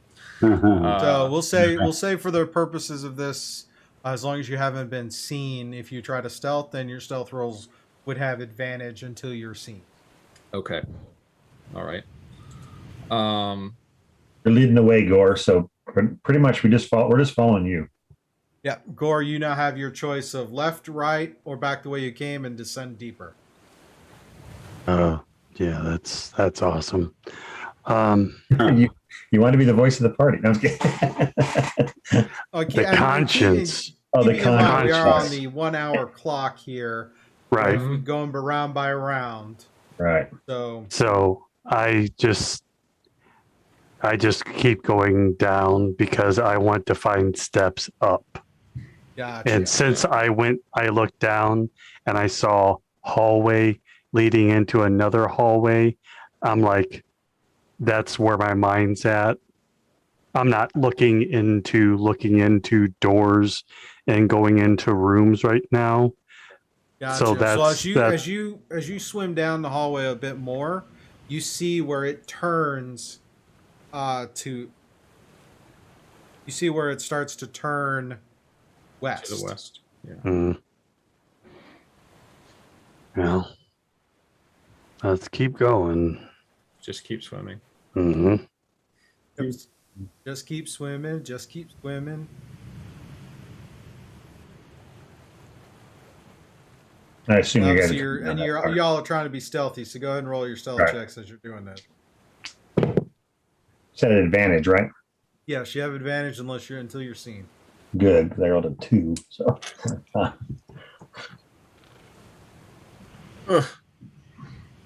Okay. 12. Okay. That's Titus. I mean, that's Titus. You are accounting for the fact you're wearing studded leather and not Yes. not adamantium. Yes, I'm not rolling at disadvantage. I might as well be because I got a 9. Oh, well, I guess my 18 doesn't matter then. Oh, So my you're 16. kind of struggling. You're on the clock, so you're not going to be. So you're kind of going as you're kind of going through. It's kind of a combination of walk and swim as you kind of go down, and then you come up to where the hallway turns to the west, and you can see that it turns south again after about 50 feet. Knowing where north is, Yeah. Where is the cave entrance in reference to the stone door entrance? Like directional, like is it south? Is the cave entrance north of the stone door entrance on land?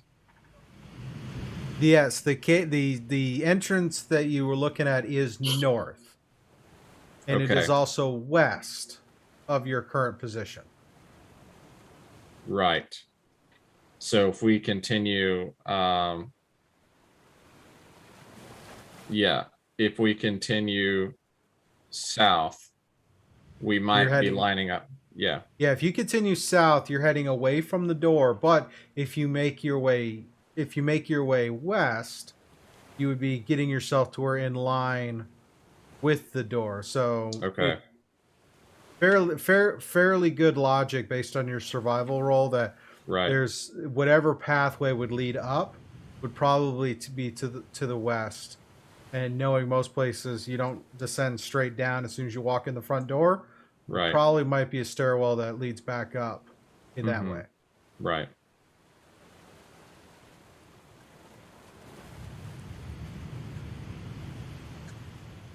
So as you come up to this, it turns again and starts to turn south. Hmm.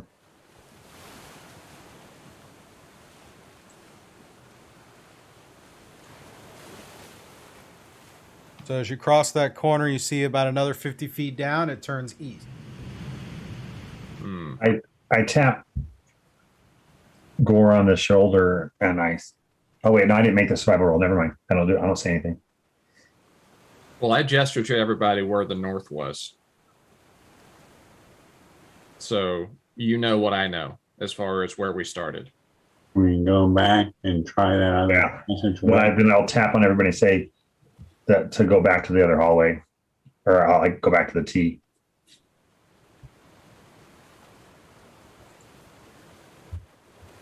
I'll put my hand like this up against Gorr's ear, and I'll say, "Let's go back to the T." You can hear it. I make a little cone. I'm going all the way back up to the T. And I assume everybody's following, so I'm just gonna move my character there. Okay. So I'm following everybody. I just was doing it quickly just to get myself there, but I'm assuming Gotcha. I'm not going ahead of everybody. okay, so everybody backtracks to the T. Oh, sorry guys. I meant to be. So it took you I meant to be 2 to fair. 3 rounds. So backtracking, it's been a couple of minutes since you Yeah. came through. Yeah. I'd say probably 3 minutes, maybe 4. Yeah. Go down and then come back. All So right. we think So 4 maybe- minutes in, you've been underwater. Probably about since you took your potions. We'll say you've been about 10 minutes since you took your potions. So 50 minutes on the clock. Yeah. Now you're back at the T junction. What are you going to do? So we think going straight down here maybe could be the stairs, right? So let's just go down that way. Yeah. We're going to go west quietly. All right. Go and roll your stealth checks again as you start to head down past this room. All right, Titus, what'd you get? It doesn't matter what we get. So Wow. I'm just waiting We're for you going guys. there, huh? Well, I'm just saying my plus is much higher than his, I'm sure. So 8. yeah, never mind. All right. I had a 26, so it doesn't really matter. Or 24. So, but it doesn't matter. So When you have- Titus, what'd you get? 8. Gorr? 21. Karalee? 24. In? 11. Okay. It was with advantage, so otherwise I would have had an 18. But All right.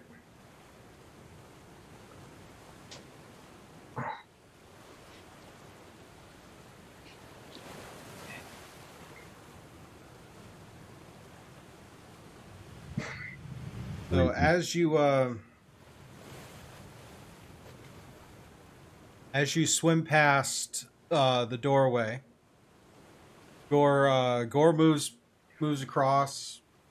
Karalee, Titus, as you try to swim across, you catch something out of the corner of your eye, where it looks like there's some kind of aquatic creature that seems to turn in your direction as you swim by, and kind of starts to move toward the group.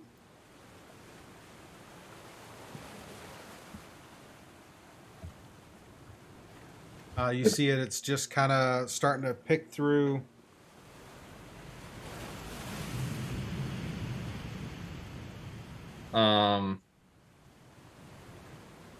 Do I get the sense that it's definitely seen me, or Um, that it's heard something and is going to check it out? Yes, you have the impression that it's something has some motion or noise that you made was enough to attract its attention. Hmm. And as you guys have crossed the doorway, you see it starting to come out. It looks kind of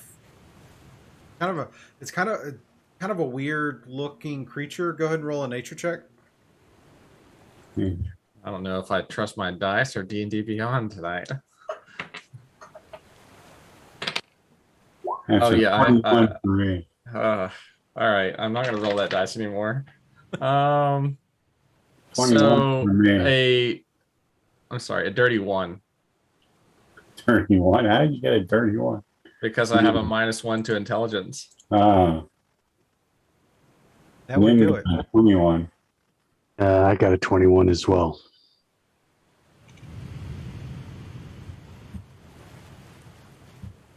All right. So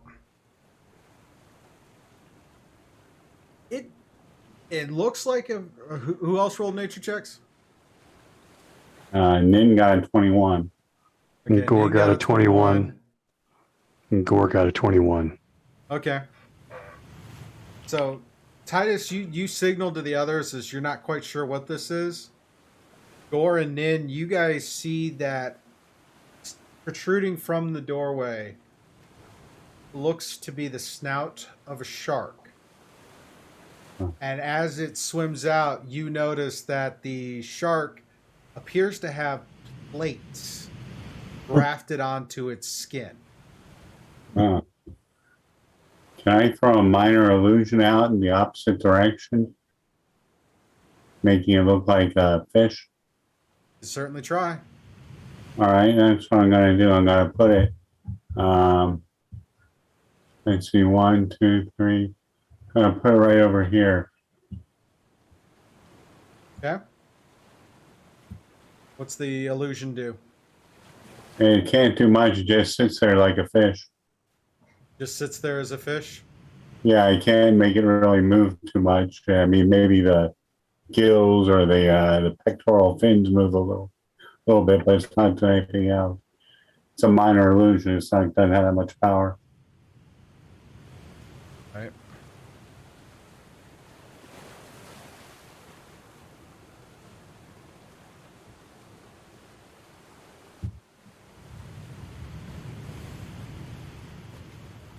Possibility from a visual perspective, it's going to react to that.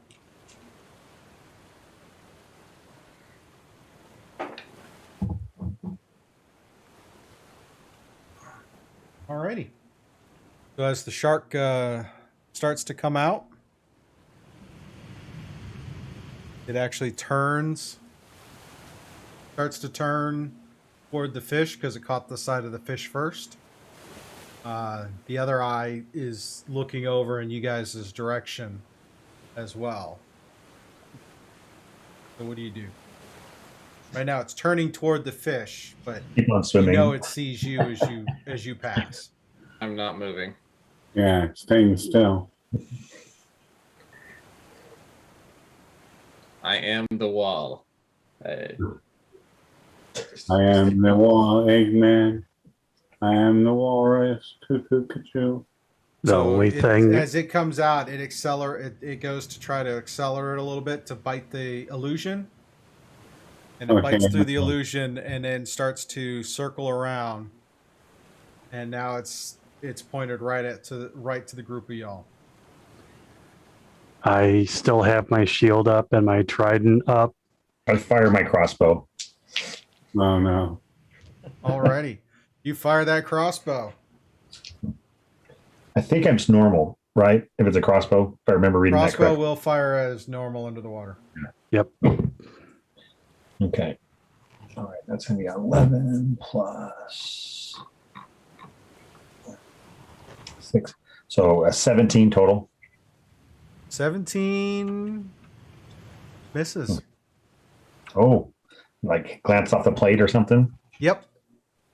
It fires through and you see it kind of cling off the plate. Can I, I have 2 attacks per action, so I shoot again. I roll a natural 20. Nice. Nice. Oh All boy. right. Go and roll damage. Yeah. Let me just double check something here. I know I have 2 attacks per action, but I can't remember if as a monk, if that's just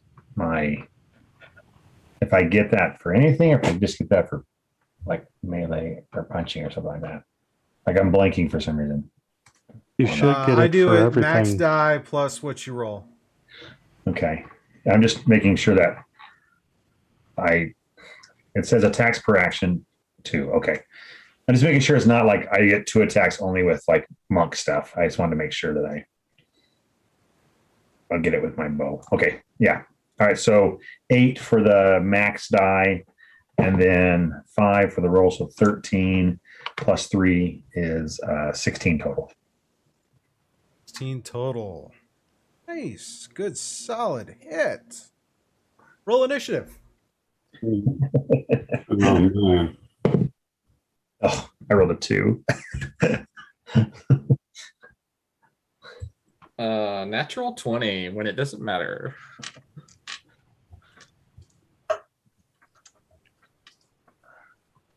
I've got an 18.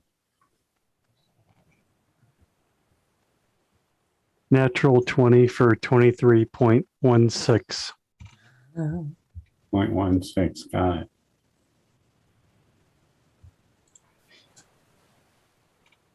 Alrighty, let's. Mine's a 23.16. What? You weren't kidding. No, it's I the thought that was a joke. it's the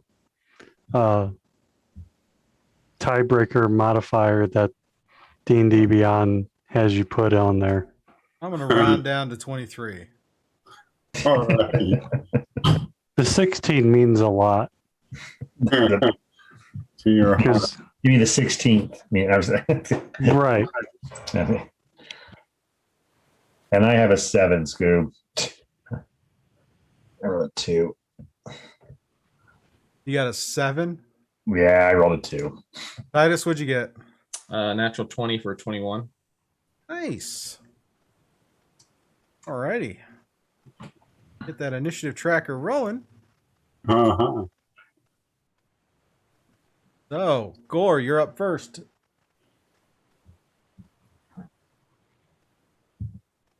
All right, fishy. See how far away you are.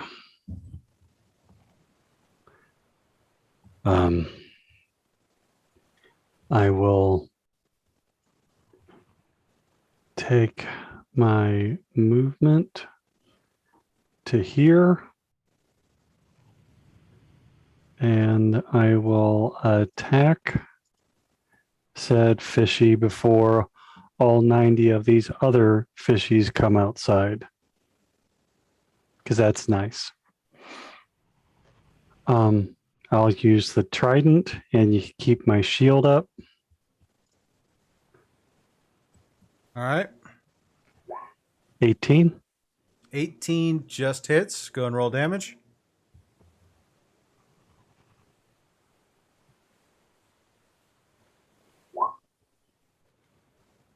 $14. 14 damage. Good solid hit. It's definitely bleeding and not in a very good space. I bonus action rage Okay. because I think I'm going to need it. And I try hitting it again. 16. 16 misses. And I stand there in defense. Alrighty. Titus, you're up. Yeah, I realize that this needs to end quickly and as quietly as possible. So I'm going to move through Gorr space and stand in front of this thing and attack with my short sword. Okay. And swing and 17. 17 misses. All right, second attempt. Well, let's see. Yeah, I have to. Second attempt. Oh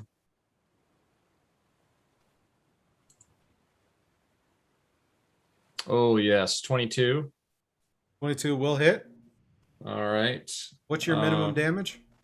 Minimum damage is +3. So 1 or plus so 4. Okay, it's dead.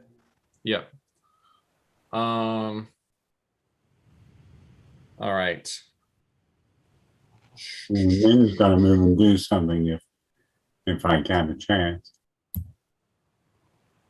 Yeah, that's the end of my turn.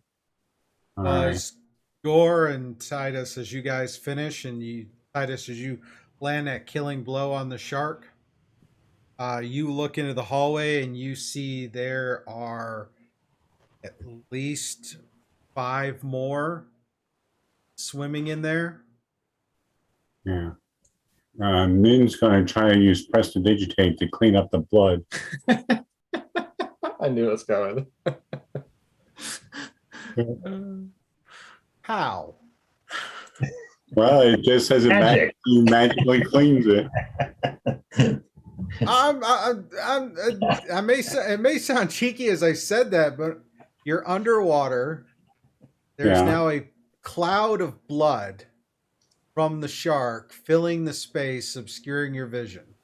How are It you just cleaning up says the on blood? it, I instantaneously clear or soil an object no larger than 1 cubic foot. Okay. I can either do that or try shape water, which then I can change the direction of water up to 5 feet distant. Or Well, I there's can, you're not really feeling much of a current in here. It's kind of Yeah. stale. I can also freeze the water, which will freeze for 1 hour. Okay. I point to the door. Freeze it. Freeze the door. Freeze the doorway. Yeah. I'm just going to try to get as much of the blood as possible in there and freeze it. I think it's And 1 cubic foot. That's going to be a little hard considering the shark. Well, your average shark size is roughly 5 to 8 feet or larger, and the Yeah, amount of blood that's blood. starting to fill the space is pretty much getting into that 5 foot, 10 foot cube. So a cubic foot of water, a cubic foot for the precipitation, that might not work out so well. All right, and then I'll freeze it. Okay. That's the 5 foot cube. Okay, so you freeze it. Now there's a block of red ice around the shark, and it floats and hits the top of the ceiling. And Yeah, there's still some more blood that kind of filters out around the that wasn't all captured into the prestidigitation or captured into it. Only trickle amounts, not a whole lot. But Right. as you guys all watch as the shark corpse turns to a block of ice that covers most of it, and that Shark ice floats, and you see it hit the ceiling of the hallway, and it's red, and that'll stay frozen for an hour. It's a shark sickle. yep, a shark sickle on the ceiling. So Did it I point to the opposite door and say vehemently, "Get the hell out of here!" You don't have to ask me twice. I'm definitely swimming as soon as I have a chance.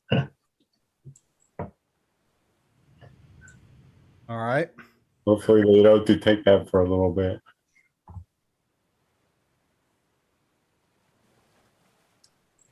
So as you guys come up, you're coming up on an archway.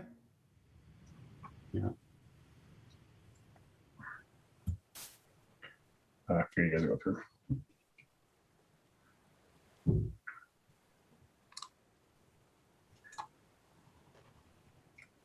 I don't know. I point to the right. I have no idea. So this We said north and west. We said right. We think. Yeah. This corridor leads to a great hall. Its floor is tiled in black, walls of coral pink, the ceiling in white. Black tiled pillars are regularly placed in a line slightly south of the east to west axis. The north of the pillars are long tables have been placed end to end with benches on either side. At the midpoint of the north wall is an archway that opens it onto a passage. This ornate archway is decorated with 8 black and gold designs evocative of waves and monstrous sea creatures. At the end of this hall, wait, basically. Toward the midpoint, let's see, from your vantage point, it's just outside of your vision, but as you swim through, you notice there's these large columns as you swim around.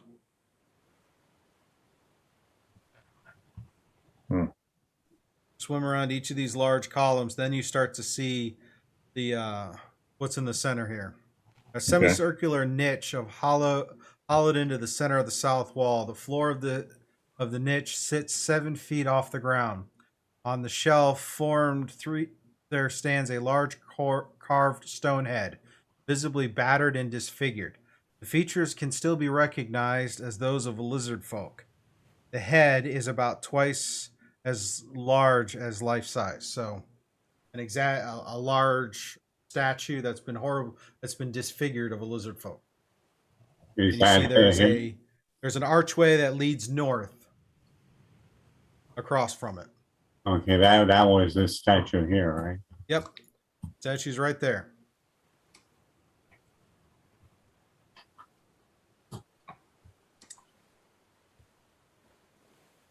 Is the statue, does it appear to represent the queen? Unsure. It's all you can tell is the figure is got elements that are that of a lizard folk, but it's been damaged, so you can't really tell. Probably some kind of church or temple. Drawing. Yeah. All right, hang on. You're going too far. Back up. Yeah. I'm gonna move everybody to right here on this archway. Okay. Because the archway is open. Oh, I didn't go up north. I didn't see that. Yeah. The archway is open, and as you come up there and scan down the archway, I'm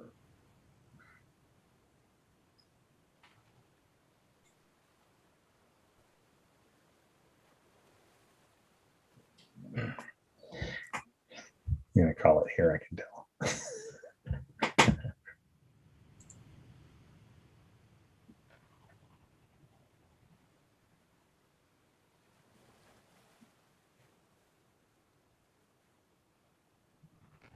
so as you kind of come up on the archway and looking down, you see down the down the archway to the north. You see what appears to be kind of like this throne room area. And sitting on the throne is this large Sahuagin. Oh boy. Oh boy. And and then another Sahuagin stands in front of him. As you're right there on the edge, kind of checking before you cross there, you see that they're right there, and you can see them down the hallway at your distance.